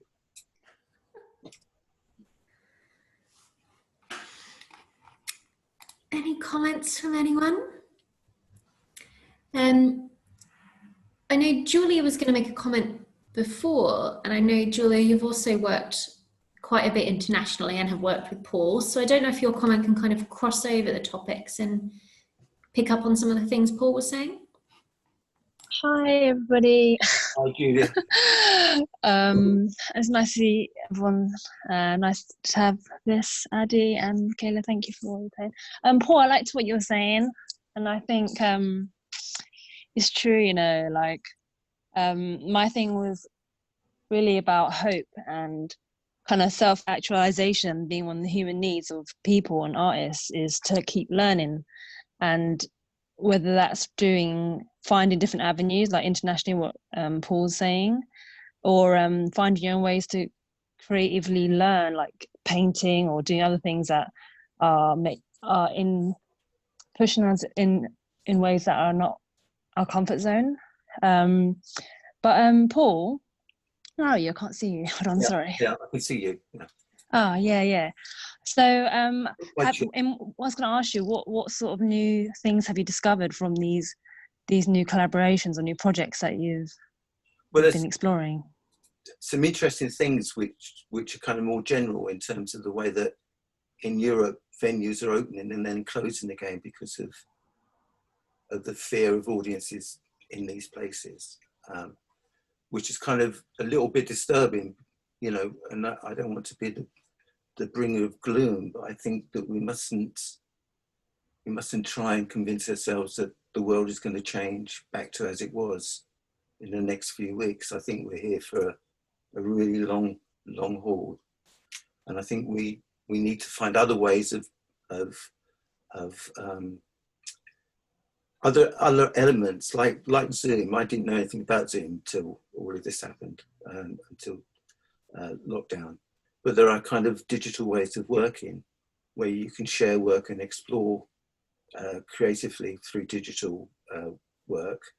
I mean, I've been involved with films before in my past, but you know, there are kind of filmmakers out there who want pieces of music. There are filmmakers who want to make big films of dancers, you know, and it can all be done digitally and through distance. And I think we have, however much we feel we hate it, and however much we feel we're losing our audiences, which is why we actually, you know, why I play music, is that communication with an audience as well, you know, because the feedback that you get. We're in this for a long haul, and if we can have parallel lives, we can have our digital life where we talk and we explore and we create with other people, alongside going back to some form of conventional working. I think that's one positive that I've got out of this. And there are kinds of really, if you try and play with people in a live situation across the internet, there are things called latency problems where, you know, the amount of time that sound travels and gets back to you. If you're playing in a band, for instance, or if you were dancing, everything's a bit out of sync.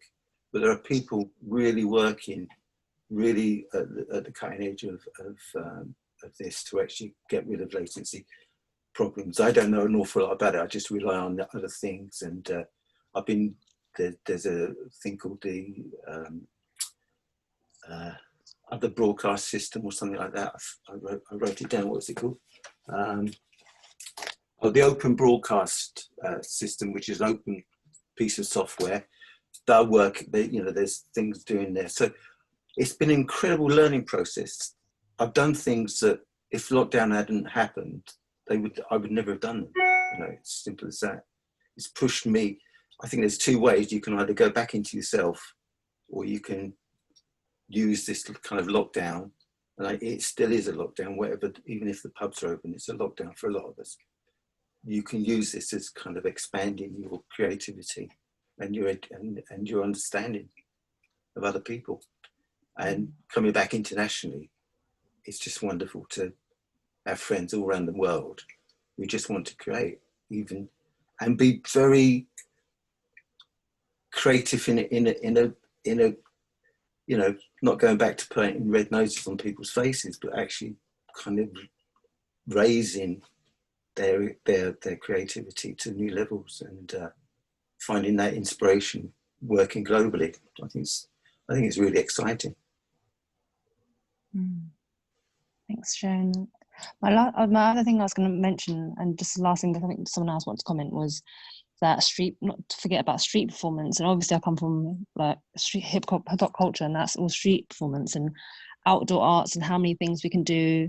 Like what Lauren and Lizzie were saying was really important. I thought were really great comments. And in what Ray was saying about communities coming together, even if we did things outside of the Hat Factory to draw people to come back to the theatre, even like small street pop-up performances outside of Hat Factory to draw people to get used to being back outside that space. Anyway, yeah, I think someone else wants to talk now, so thanks, Paul. Thanks, everybody. Hi, Julia. It's Nathan. I was going to jump in. Nice to see you. I think what you're talking about and what Paul's talking about, or what I think I understand and firmly believe in, is about culture being in everyday people's life, and culture being embedded in how we live our lives and how we are with each other. And where it is, it's on the street, it's in the schools, it's at the train station, it's on the wall, it's making things with people, making things with your children.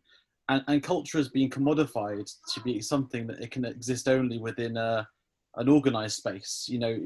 Pictures are hung within a gallery, so we go and look at them. Performances happen in venues. And over a long period of time, it's been about power and having spaces that have a gatekeeper or a sense of access to them. And I think organisations that are based in buildings do an incredible job and do amazing things. And I think it's about an ecology of everything working together. But one of the things that's happened for over a long period of time is slowly but surely it's been about barriers and walls or boundaries. And what we're all talking about, and all the Zooms I'm in every week at the moment, are really talking about democratizing culture and getting it out to everyone, with everyone, for everyone, and actually being culture being from the moment we wake up through to the moment we go to bed, being in our lives. And I think that going back to what Adi was saying about what happens maybe next, it's what I find the question hard to answer is, how do we gain purchase on that idea of putting culture in people's lives? How do we sort of hold on to it now and protect it and grow it like a little candle, and sort of grow it and grow it and grow it so it becomes a fire, so it can sort of grow and grow and grow? Because it is happening now. People are really talking about this now. And I thought I want to push it, just keep pushing it at every single moment we can, which is actually, it's just about getting it out to people constantly, all the time.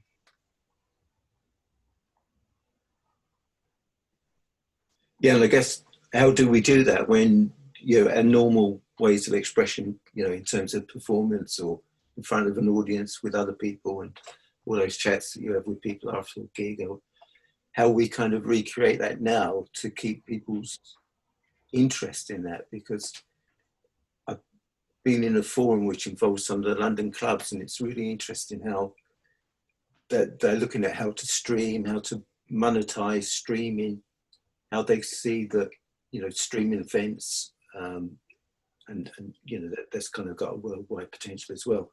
How you stream events to actually create an income stream.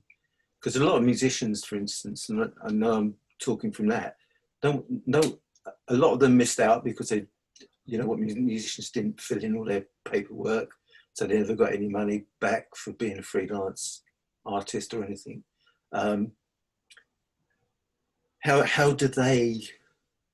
How do we keep those all on board? And I find it really fascinating.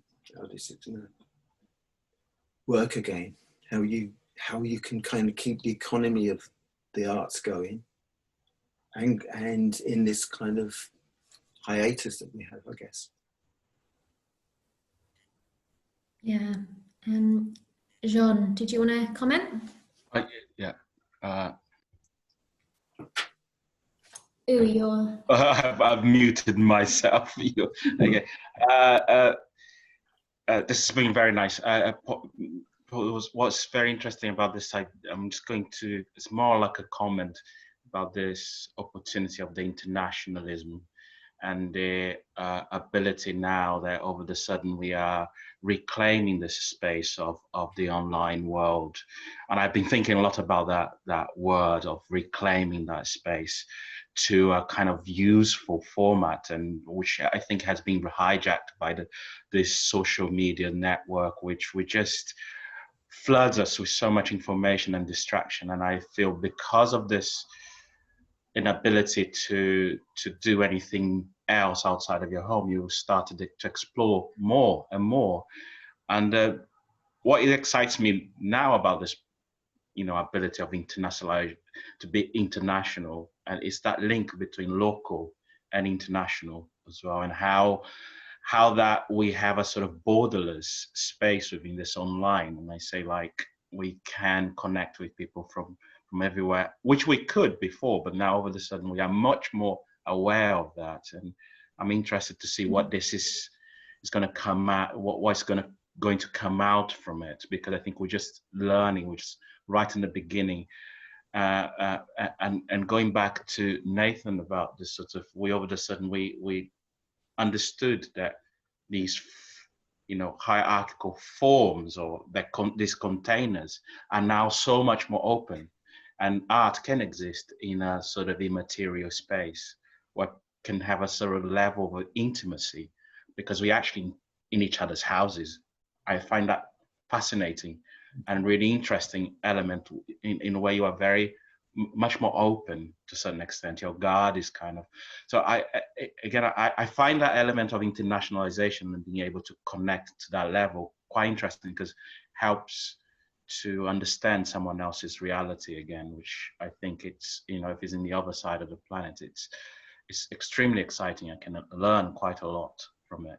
And being an immigrant, that's always what has been my main way of being able to learn from people, just kind of be able to switch to these points. Yeah, and as I say, the only thing I maintained at this point is being working with someone in Canada throughout the lockdown. It's incredible how our collaboration has existed in that space. And I feel very, very connected in a very bizarre way that the physical space would not provide to me. I can't describe it yet because I'm still in the process of discovering, but it feels very real. And I think it's exciting if we kind of do that. So I just wanted to contribute this. Thank you, that's really good. I think we've talked a lot about how this new world lets us possibly diversify audiences and reach new people, and improve access in a way, because you don't need to be physically close to the art. But I don't think we'd quite touched, and I hadn't personally recognised what it's done for creation, that also you can create and reach other creators much more easily now as well. Thank you. Paul, can we come back to you to summarise, and then we'll move on and can obviously come back to this discussion at 7. Yeah, I mean, I think from a strange, bringing it all back to Luton, which is where I live and most of you live, is that we have a fascinating possibility, haven't we, with kind of, if space is open in just a very limited way. Luton has such a broad and exciting creative community that there may be ways that we can actually come together and almost brand Luton as a kind of a piece of artwork, and which we can then just send around the planet. Don't think about it, just, waiting for audiences to come to us. But you could have a music performance, dance performance, poetry readings, little piece of theatre. You could put it into a whole kind of piece of streaming that you broadcast You could even monetize it behind, you know, not crowdfunding, behind PayPal and sell tickets for £1 or whatever. You know, I think the potential there is to use spaces that probably won't have audiences in for a while, not safely, but use them for, you know, socially distanced creative artists to get together and work on projects and do something like that. I mean, that would be a fascinating exercise for the town. Yeah, I love that. Let's come back to that for sure.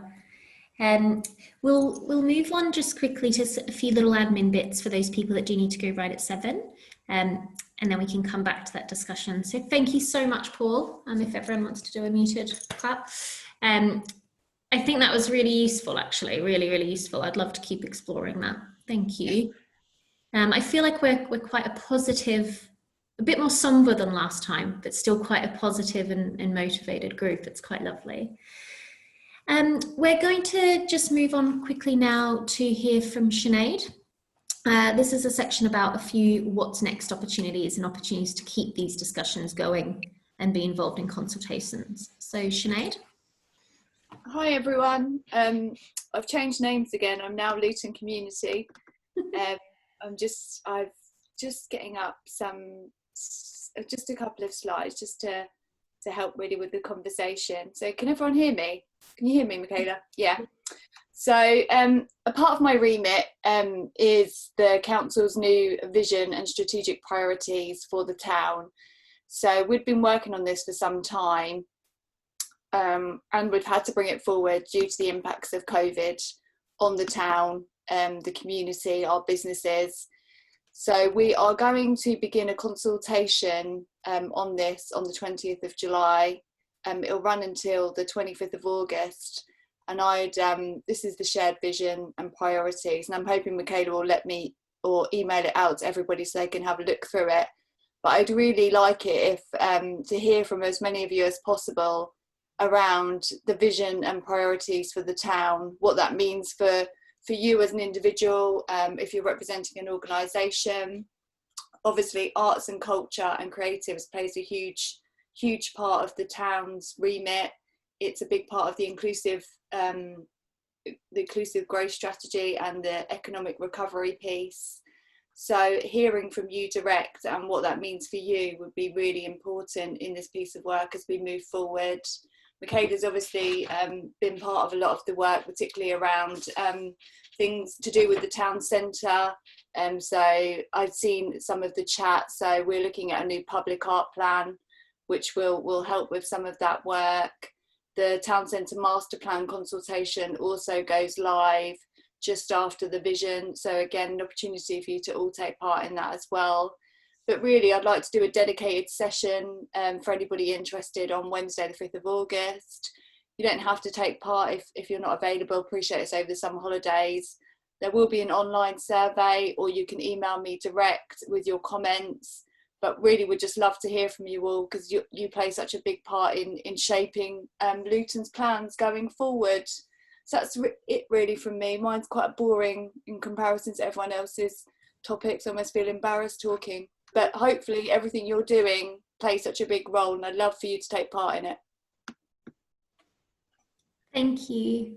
Thanks, Sinead. I'll definitely share those slides with everyone so you can all see the different priorities of the vision. And I'd encourage you to take part in that session on the 5th of August. I'll share all the information. Thank you. We're now going over to Luke. Thank you very much, Michaela, and sort of again, thank you to Addy and Paul, sort of everyone who's sort of been speaking this evening. So, sort of touching bases on where everyone's sort of been saying, I'm going to be starting on my final master's project, which still sounds surreal to say out loud. I'm going to be doing a radio documentary on how the creative arts has affected the coronavirus, and sort of looking at some of your stories about how, obviously with the funding and sort of how you've cope during the lockdown, the pros and cons, and sort of everything in between.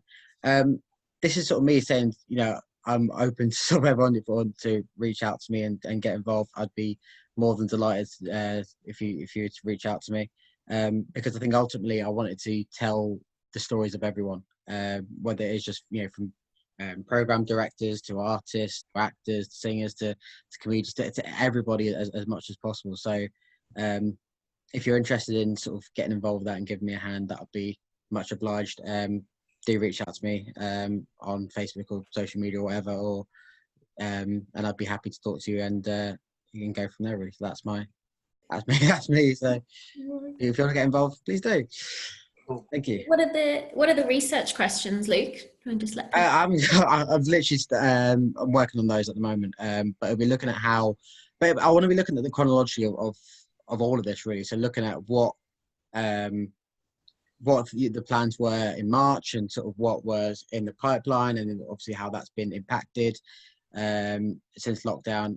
But also I want to celebrate what's been created during lockdown. Of course, Adi's been doing the radio drama. I know, amazing artwork, and I know that other people have been working on some amazing things. NGYT have done crowdfunding and different bits and pieces. So I also wanted, as much as I wanted to be informative and to capture these unprecedented times really in a nutshell, I also want it to be a platform where, again, we can look back in 5-10 years time and think, some good did come out of it. And I think from what the discussions this evening about how people have been learning different skills and picking up different interests where, otherwise they may not have had the time or the space to be able to do that. I think it's important that we talk about that and we celebrate that, really. That's great. Because I'll be sharing Sinead's slides, it looks like I'll be doing an email comms out to the Creative Forum, which I haven't done in a while, just due to the capacity and the success of the Facebook group. But Luke, are you happy if I put in that email your details and a bit of... Yeah, absolutely, yeah. By all means, go ahead and do feel free to get in touch. I'm probably one of the easiest people to get hold of, so yeah. Amazing. Thank you, Luke. That sounds really, really important, actually. I've been thinking of people in all different situations. Obviously, there's some that are furloughed but still trying to stay really engaged. That's as Ray, I think, working really hard but not allowed to work. Must be insane. And people that aren't furloughed and working hard, and freelancers. So I think everyone should get involved so you get as many different viewpoints as possible. I wanted to, as I said at the beginning, quickly talk about kind of the next Creative Forum and what we want to do. I think I reached out at the end of the last one to ask how often we wanted them to happen. Obviously, in person, we moved to between every 2 to 3 months. But this is 6 weeks since the last one. And generally, people said a month would be good. That was a bit tough on me, kind of admin capacity wise, but 6 weeks is good. And I wanted to ask whether we wanted to do something that's been suggested for a couple of years but hasn't quite felt right, but feels right now, even though harder to administer, and do an open space session. A few people know what open space is and a few don't, so I'll just explain that. Open space is a meeting model, a non-hierarchical meeting model, where there is no agenda at all, and people come together and say, and we give lots of quiet space at the beginning, which I'm terrible at, said to a few of you, I like to fill silence. Lots of quiet time at the beginning for people to think about what you'd like to talk about, and then you suggest a topic, and we take as many as there are until there's silence, and then people opt in to go into that room and talk about that. Now, I only thought this was possible. I've participated in one 2 weeks ago with about 120 Zoomers, and it was surprisingly easy to do breakout rooms. It requires a bit of admin, so I'll need to call on a few friends around the table. But that means, really that I wouldn't be in any room, so I would stay in the lounge, as they call it. So you really can have free conversations. And that wouldn't be led by me. I don't get to decide what you talk about. It's just an idea. You all might want to talk about other things in 6 weeks. But is there any thoughts either on whether you like that idea or kind of what a next Creative Forum might be about? Jump in, anyone?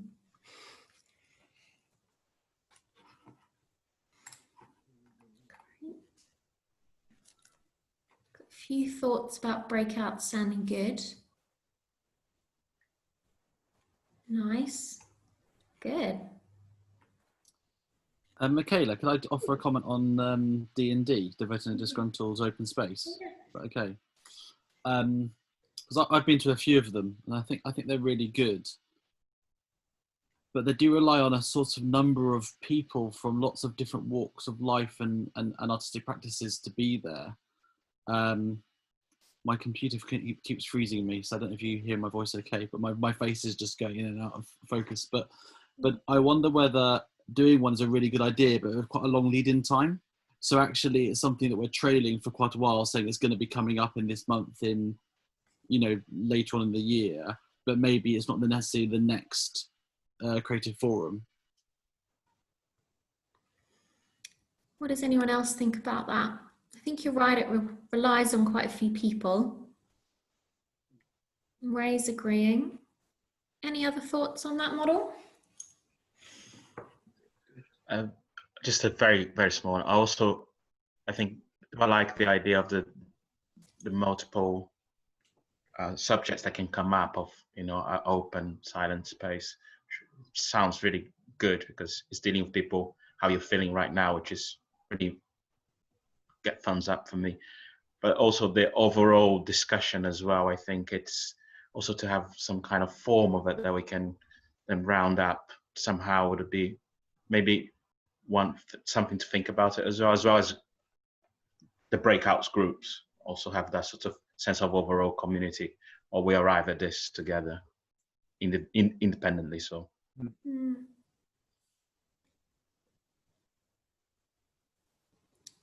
have we got? Yeah, so a few more comments saying a bit more time, getting people involved. That sounds good to me. I think it's, as you say, Jean, it's hard because it's good in that it allows us to respond to now, and things are changing so quickly. So I almost feel like in another 6 weeks, there could be a lot that's changed. We might even know who got funding. We might be allowed to be reopening spaces. So we might need, once again, a big conversation like this where we're all involved. So I don't know quite when the time would be right for that kind of model. But maybe if we just say kind of 3 months from now and choose a date, and then whatever is right to talk about by then would be great. Maybe we'd be able to do it in person, though maybe not. That might be a bit too hopeful. Okay, so in terms of the next creative forum, I'm happy to kind of have a similar model to this, and so that everyone can engage in 6 weeks from now. Is there anything that anyone, as far as we know, the world moving so fast, that you would like to explore in the next one?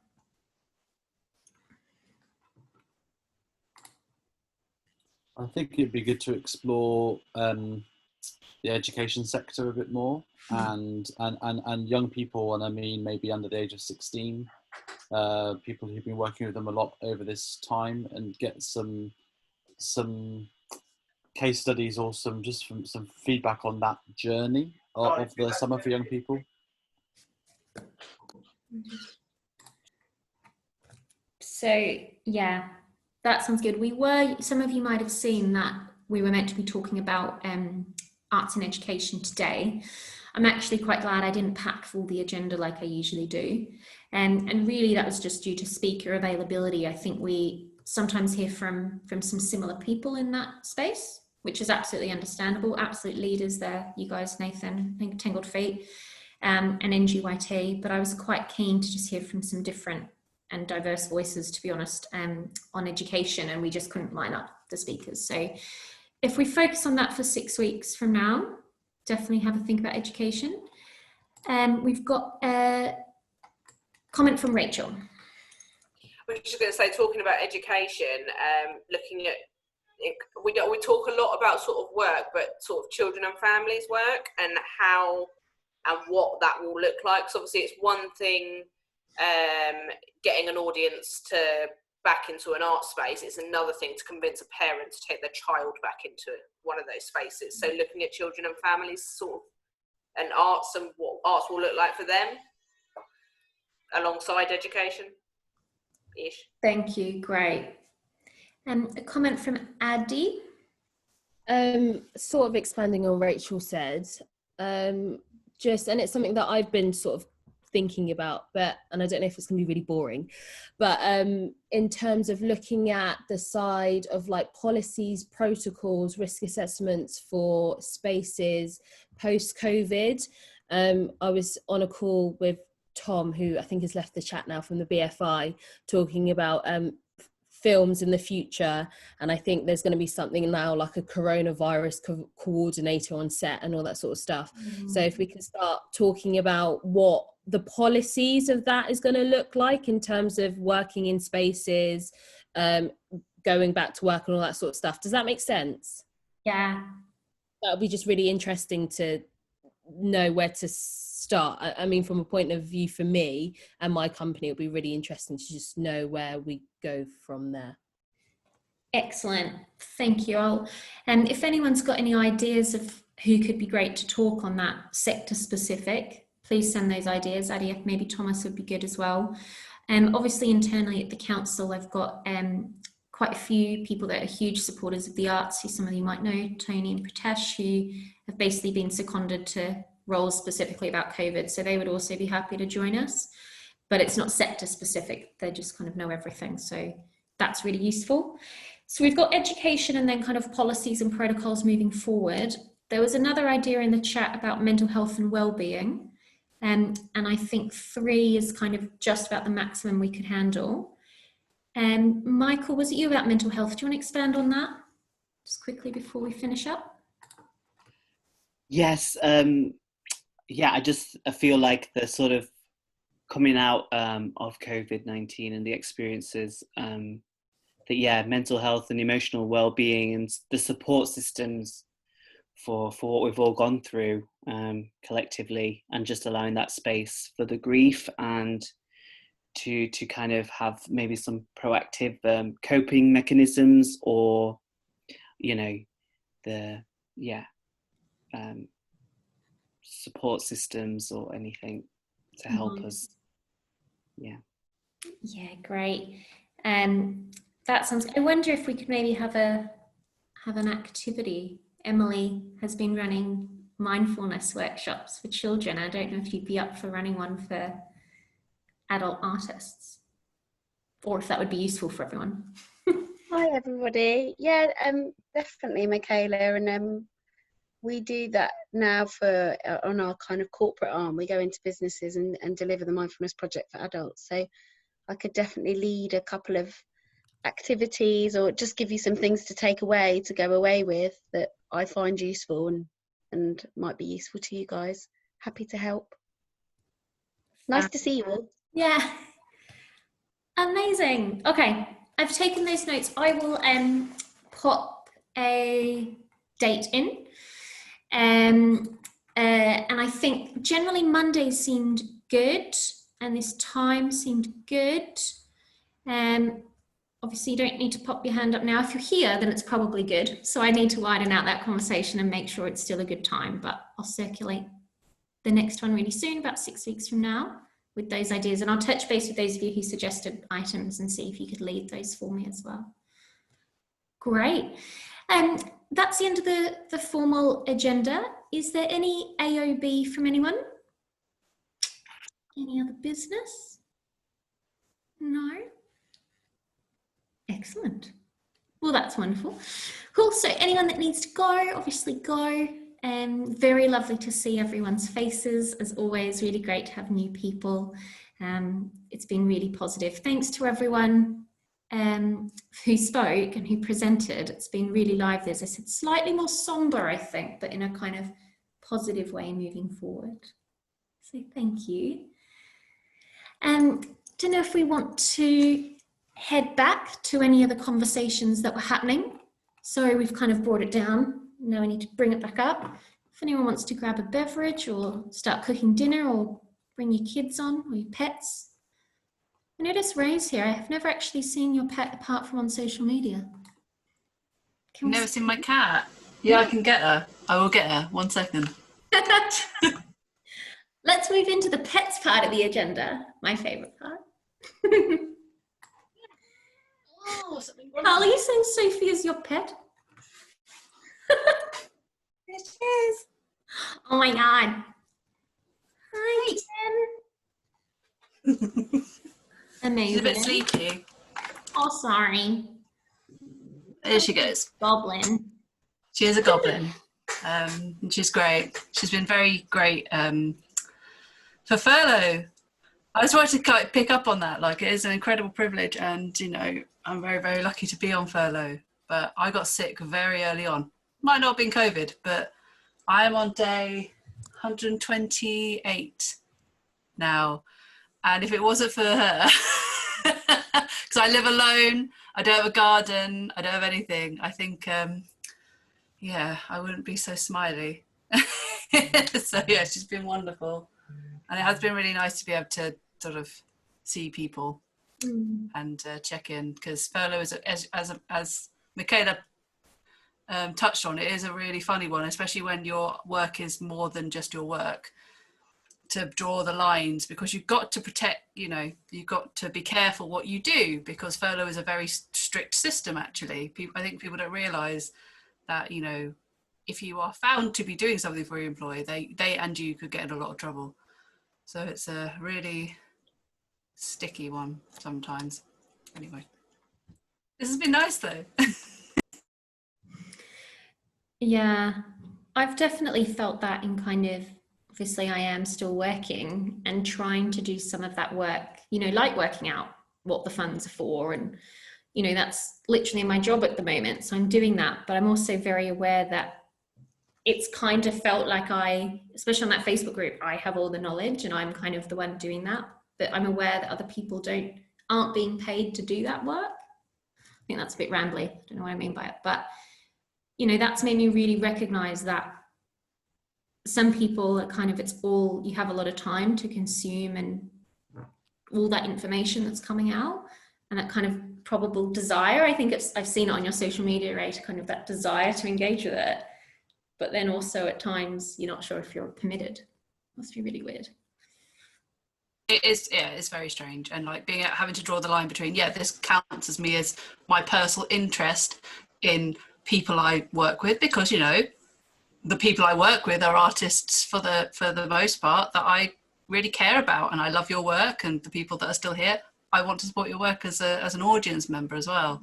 But then you have to draw the line when you get a message that's asking about stuff that you can't comment on sometimes.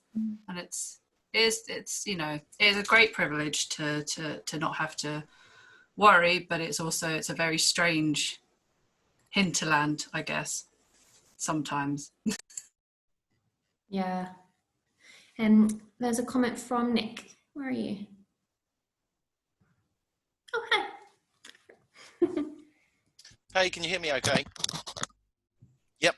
Okay, so what I've been working on recently is I'm working with a Dutch company who are bringing a traditional event from an actual location into the online space. And I think what's really, really exciting about doing this is, A, it's a wonderful way of learning lots of things, because there's so many interactions at events that you don't really realize.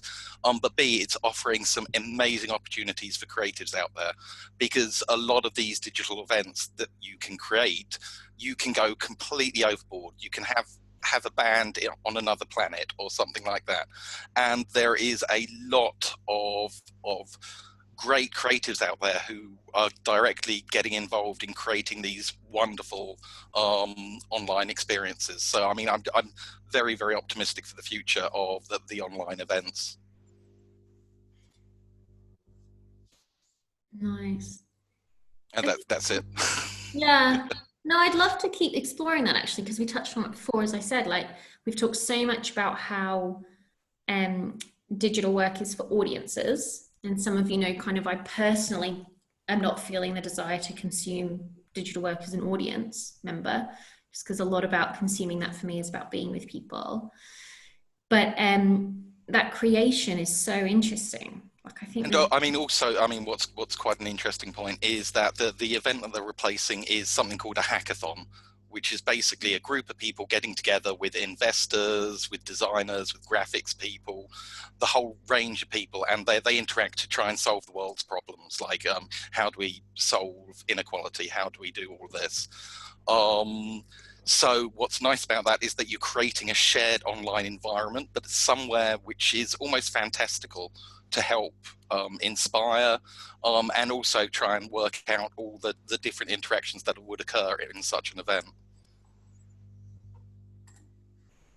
Yeah, I'm under NDA at the moment, so I can't say too much more about it, unfortunately.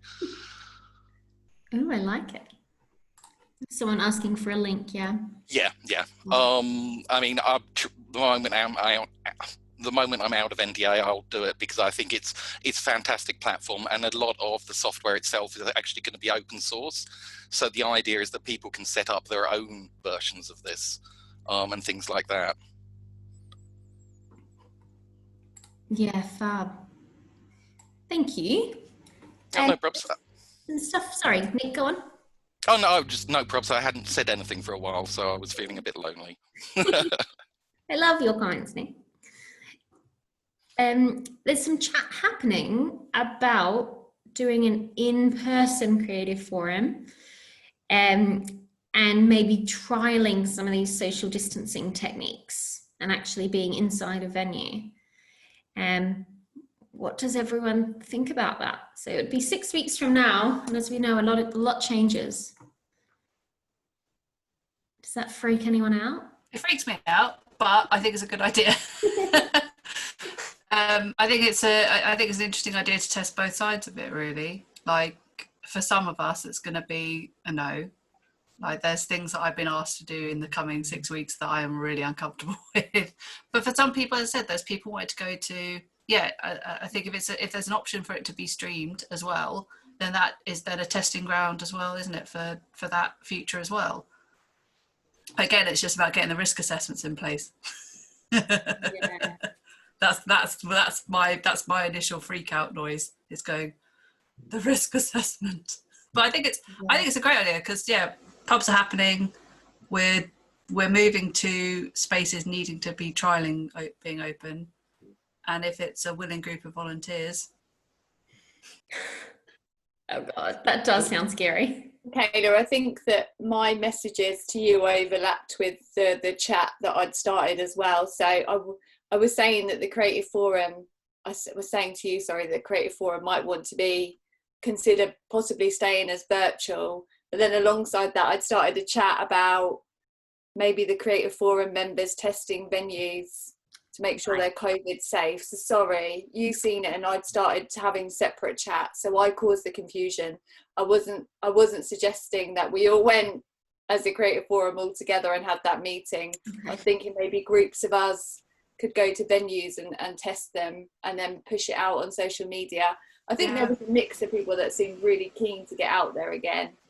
I think both are great ideas, and I think that latter one particularly, some of the tenants in the Hat Factory have started to trial out that sort of work, like Jakob is still here, and like trial out how can you make stuff safely and social distanced, because if there's only that 3 process a little bit, Ray. Yeah. We had our first kind of meet together, and it was risk assessment very heavy, and there was only 4 of us, and we went to our store and basically built the army tent that we've got from doing Boots on the Ground, another outdoor show we did, just to see if that could give us any kind of outdoor space with covering.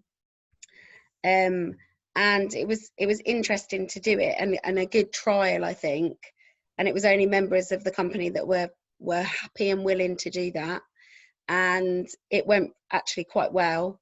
But it was strange. It felt like the next step, and was important to do it, and also to get some of those processes clear for ourselves, and then to be able to reevaluate the risk assessments and go back to it and edit and things. So yeah, we've started the first tentative steps. But I'm the same as you. Like, I'm like, yeah, I want to do it, but it freaks me out as well at the same time. It's a funny one. It is a funny one. I think what I'm really like aware of in like the language around sort of these meetups and these next steps is we really have to, and it's, you know, as Sinead said, like really make sure that people feel held in it and feel like they can say no. So I think that's a real problem, is like things are starting to happen and the social obligation is really strong. And for some people, you know, if they are over a certain age or they have certain health conditions, there might still be shielding. It's not even a remote possibility. So it really has to be, held. Yes. Yeah, definitely. I think, sorry, Paul, were you going to say something before?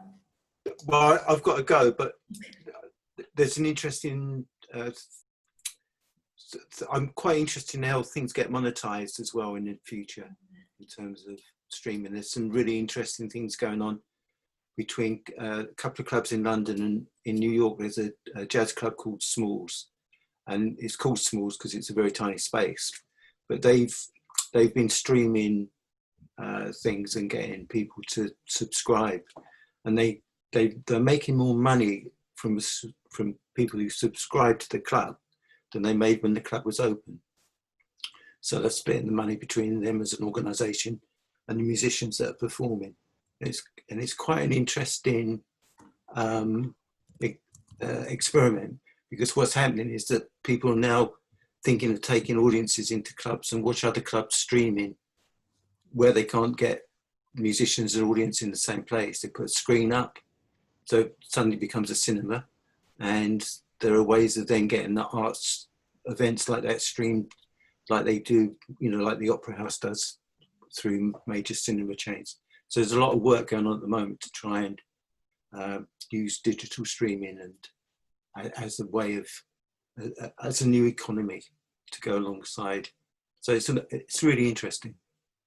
So good to talk to you, Nick, about all of that at some point. Yeah, cool. I've got to go. I love you all, and speak soon. Take care. Thank you, Paul. Yeah, lovely. Bye.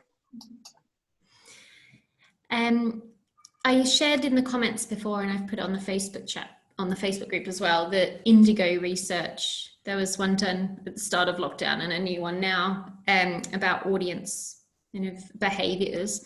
I said it in there that it has to be taken absolutely in context, that it was big venues that emailed out to their regular audiences. So it's very much kind of highly engaged respondent profile. But it's really interesting to see that there was a few things. So people are happy to pay for digital work. Hardly anyone was happy to pay the same amount as live work, but they're happy to pay. And happy to pay for outdoor work.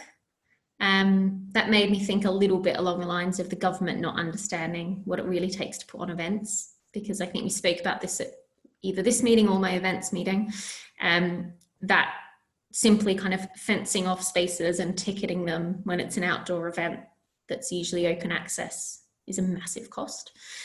But people were happy to pay for it, which is good.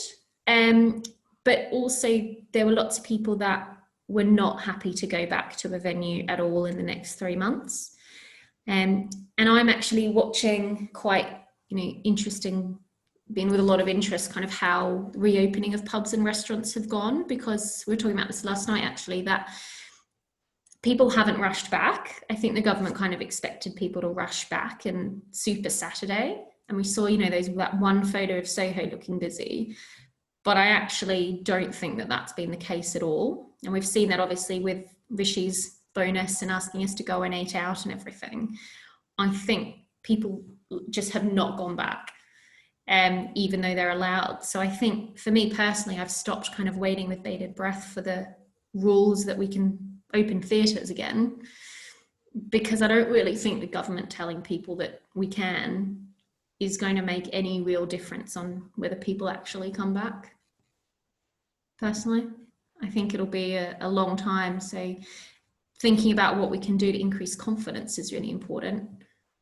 There's a little bit of that in the Indigo research as well about what would increase your confidence. Lots of things about social distancing, obviously sanitising stations, but I don't think anyone really knows. I don't know, Rachel, if you've been having any thoughts obviously now you're back at work, about what kind of confidence boosting activity there could be? That's a big question. Sorry. Do you know what? I was thinking about this, and it kind of ties everything in terms of community, being family orientated, smaller groups, thinking about why we do what we do and who it's for. So running smaller participatory workshop type things, or classes, or taster sessions in very, very small groups, which you have to do anyway for workshops, whether they're theatre-based, dance-based, things like tail shakers that NGYT do, but on a much smaller scale. So social distancing can be in place before we even think about saying to them, okay, come and watch this show, because that right now is a massive idea that is so far in the past that people just can't relate to it right now because so much has happened.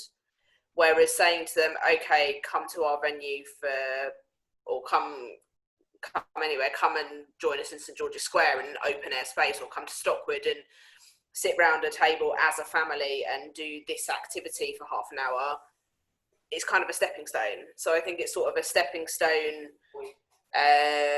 situation to get them back into the much bigger things to think about, like watching a show with 100 people.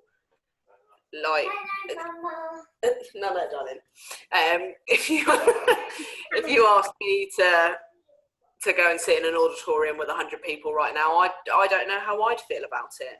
And I work in the arts, so it is a difficult one. But I think as long as we all work together and pull together, we will get through it. Yeah, confidence. It's an interesting one.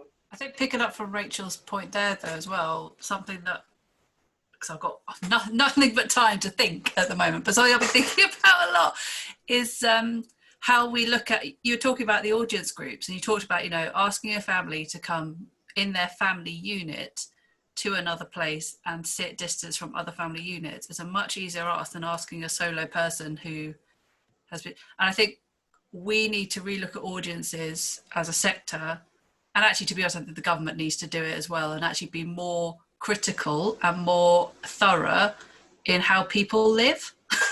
I think that's really like a really basic thing that people are thinking about. Like, when the social bubble thing was announced, it was great for me. I've been living alone for a long time. It meant I could go and sort of form a bubble with another singular person. But that person comes from a family of 6 siblings with cousins who all have 4 kids. And all, so that there's a really different way in which we all live our individual lives.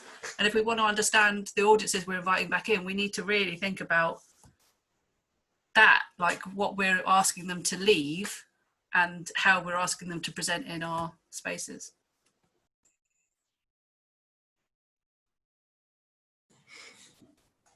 Yeah, definitely. I think there's, as I said, I'm watching the pubs and the restaurants to kind of see if people are taking that up, because as we know, audiences and, if people aren't going to pubs, they're not going to come to a theatre, I don't think, in terms of that motivation. Amazing. Was there anything anyone else wanted to pick up? Just the final little discussion point before we go.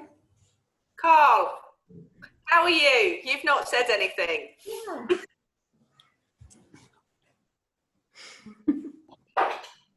Hello, everyone.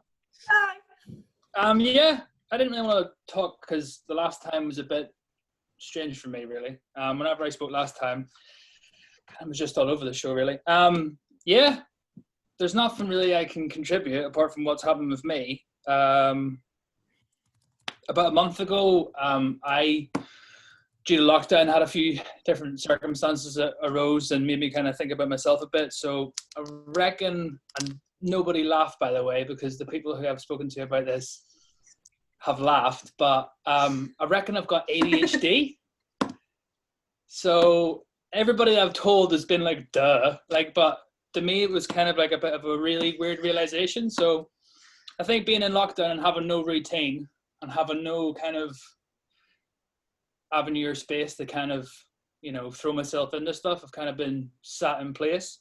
So yeah, I'm working on that at the moment, which comes with its own set of challenges. My brother's got ADHD. Yeah, it's feel as if I finally know how the clock works. I finally got that one kind of thing to click in and go, oh, that's why I'm loud and that's why I'm this, that, and the other. But yeah, so that comes with its own set of challenges, really. But yeah, And positives. yeah, that's the thing, you know. There is positives to it, but it's sort of just trying to work on that a bit, which has been really good. I've had a lot of support from Luton Wellbeing. A bit of a struggle with the doctor, but I've finally managed to get some psychiatric help with that, so that's kind of cool. But yeah, at the moment it's just trying to work out what's going to happen, you know. Like, I think last week me and Sophie like had a discussion about work and stuff and how like employment might happen and stuff. You know, it's 17 weeks today since I got the call to say, you know, that you know, don't come into work. So that's been difficult, but it's just the general thing is just being unsure of anything, really, just taking one day at a time. But I think I need to be a bit more, like personally myself, a bit more responsible and be a bit more pragmatic with like the potential of not having somewhere to go back to work to. Like, I have 2 jobs at the moment, and both have furloughed me, but and also finding out, you know, if I'm comfortable to do so. I kind of feel as if, I've spoken to a few people about this, like there's 2 camps now. There's the people who are very much eager to get back to some semblance of normality, be it through economy or social aspects of things that they've missed. And then there's also the kind of unheard and uninterested government-wise camp of people who just have remained locked down and taken it as serious as it is. And yeah, it's just frustrating because, you know, it's going to be maybe hopefully 6 weeks from now that we'll have generally an idea of where the country is, but it's just hard, you know. And it's also like, I think just a lack of communication from a lot of things, not really like knowing what is going to occur and kind of where places are at, you know. So, but yeah, apart from that, it's just I've got ADHD now and it's here to stay. So it's interesting. I've got a client actually at the moment who I've been working with, and I kind of had that kind of chat with him January, February about working together, and that's been quite difficult because I went in with the kind of childlike eagerness, you know, energizer battery kind of enthusiasm.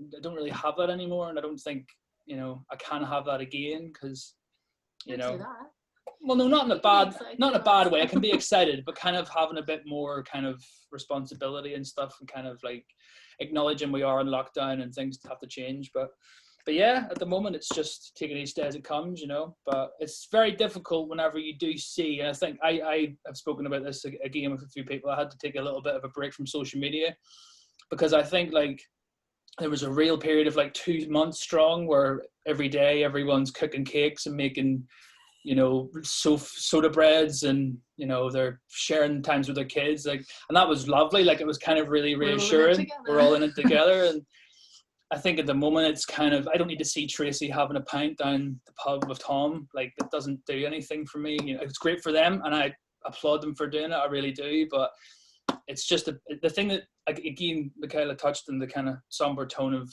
tonight compared to last time. I think last time was different because we were very much all in it together. And it was kind of like really nice and reaffirming. But I think at the moment it's just, there's 2 separate camps, you know. And I think me personally, through my job and where I work and the places I work for, and even just generally socially, you feel a bit like Wheezy from Toy Story. You're just on the shelf covered in dust. Everybody else is having a great time. And, oh yeah, you know, that's how I feel too, Carl. Yeah, but that's, you know, but but that's the thing. Like, even from discussions with friends stuff and other friends, like, it's a real tangible thing, but it's just not spoken about. And I think because realistically, like, I've talked about this, like, we live in a capitalistic society, so capital is the goal. So there's no real time or period to kind of think about, you know, the separation. And it's not been in the news. It's, you know, I think as well, people who do feel this way don't feel as though they're going to post anything about it on social media. I know I have tried and thought about it, but what's the point? You know, we've opened the floodgates now, and, you know, it's just strange, uncertain times. One thing I would say, and I did want to point out, because we all are creative, one thing that me and Sophie have watched and find a lot of solace in is Grayson Perry's Art Club on Channel 4. highly recommend. If you've not seen it, it's fine. I'm cooking rice at the moment, and Sophie's worried I'm going to burn stuff. But yeah, I've got a timer. But yeah, at the moment, it's just really nice to have that. At the moment, like, I think over the last 2-3 weeks, we've sort of like plateaued a little bit with like just, you know, the novelty, I think, has worn off, and it's just, we're just unsure of what's going to happen. But we're very grateful. We're very, you know, this is the thing I've put out a little bit in social media whenever I have gone on, is like just feeling blessed for what you've got, you know. So yeah, that's me. Well, Carl, thanks for sharing. That's really, I'm really glad you shared that with everyone. And I think, yeah, there's a comment here about it's really good that lockdown has kind of helped you discover things about yourself and move forward positively. I think that's quite a nice way to end. I think we should think positively. Yeah, and I'm really pleased that you shared, and that we're a network and we're a community and we're in this together. I think that's definitely come out today. So thank you all. Shall we leave it there? Let's all unmute ourselves and give lots of thanks to everyone. Bye all. Bye. Cheerio, folks. Bye. Thanks, Bye. guys. Bye. Bye. Bye. Bye.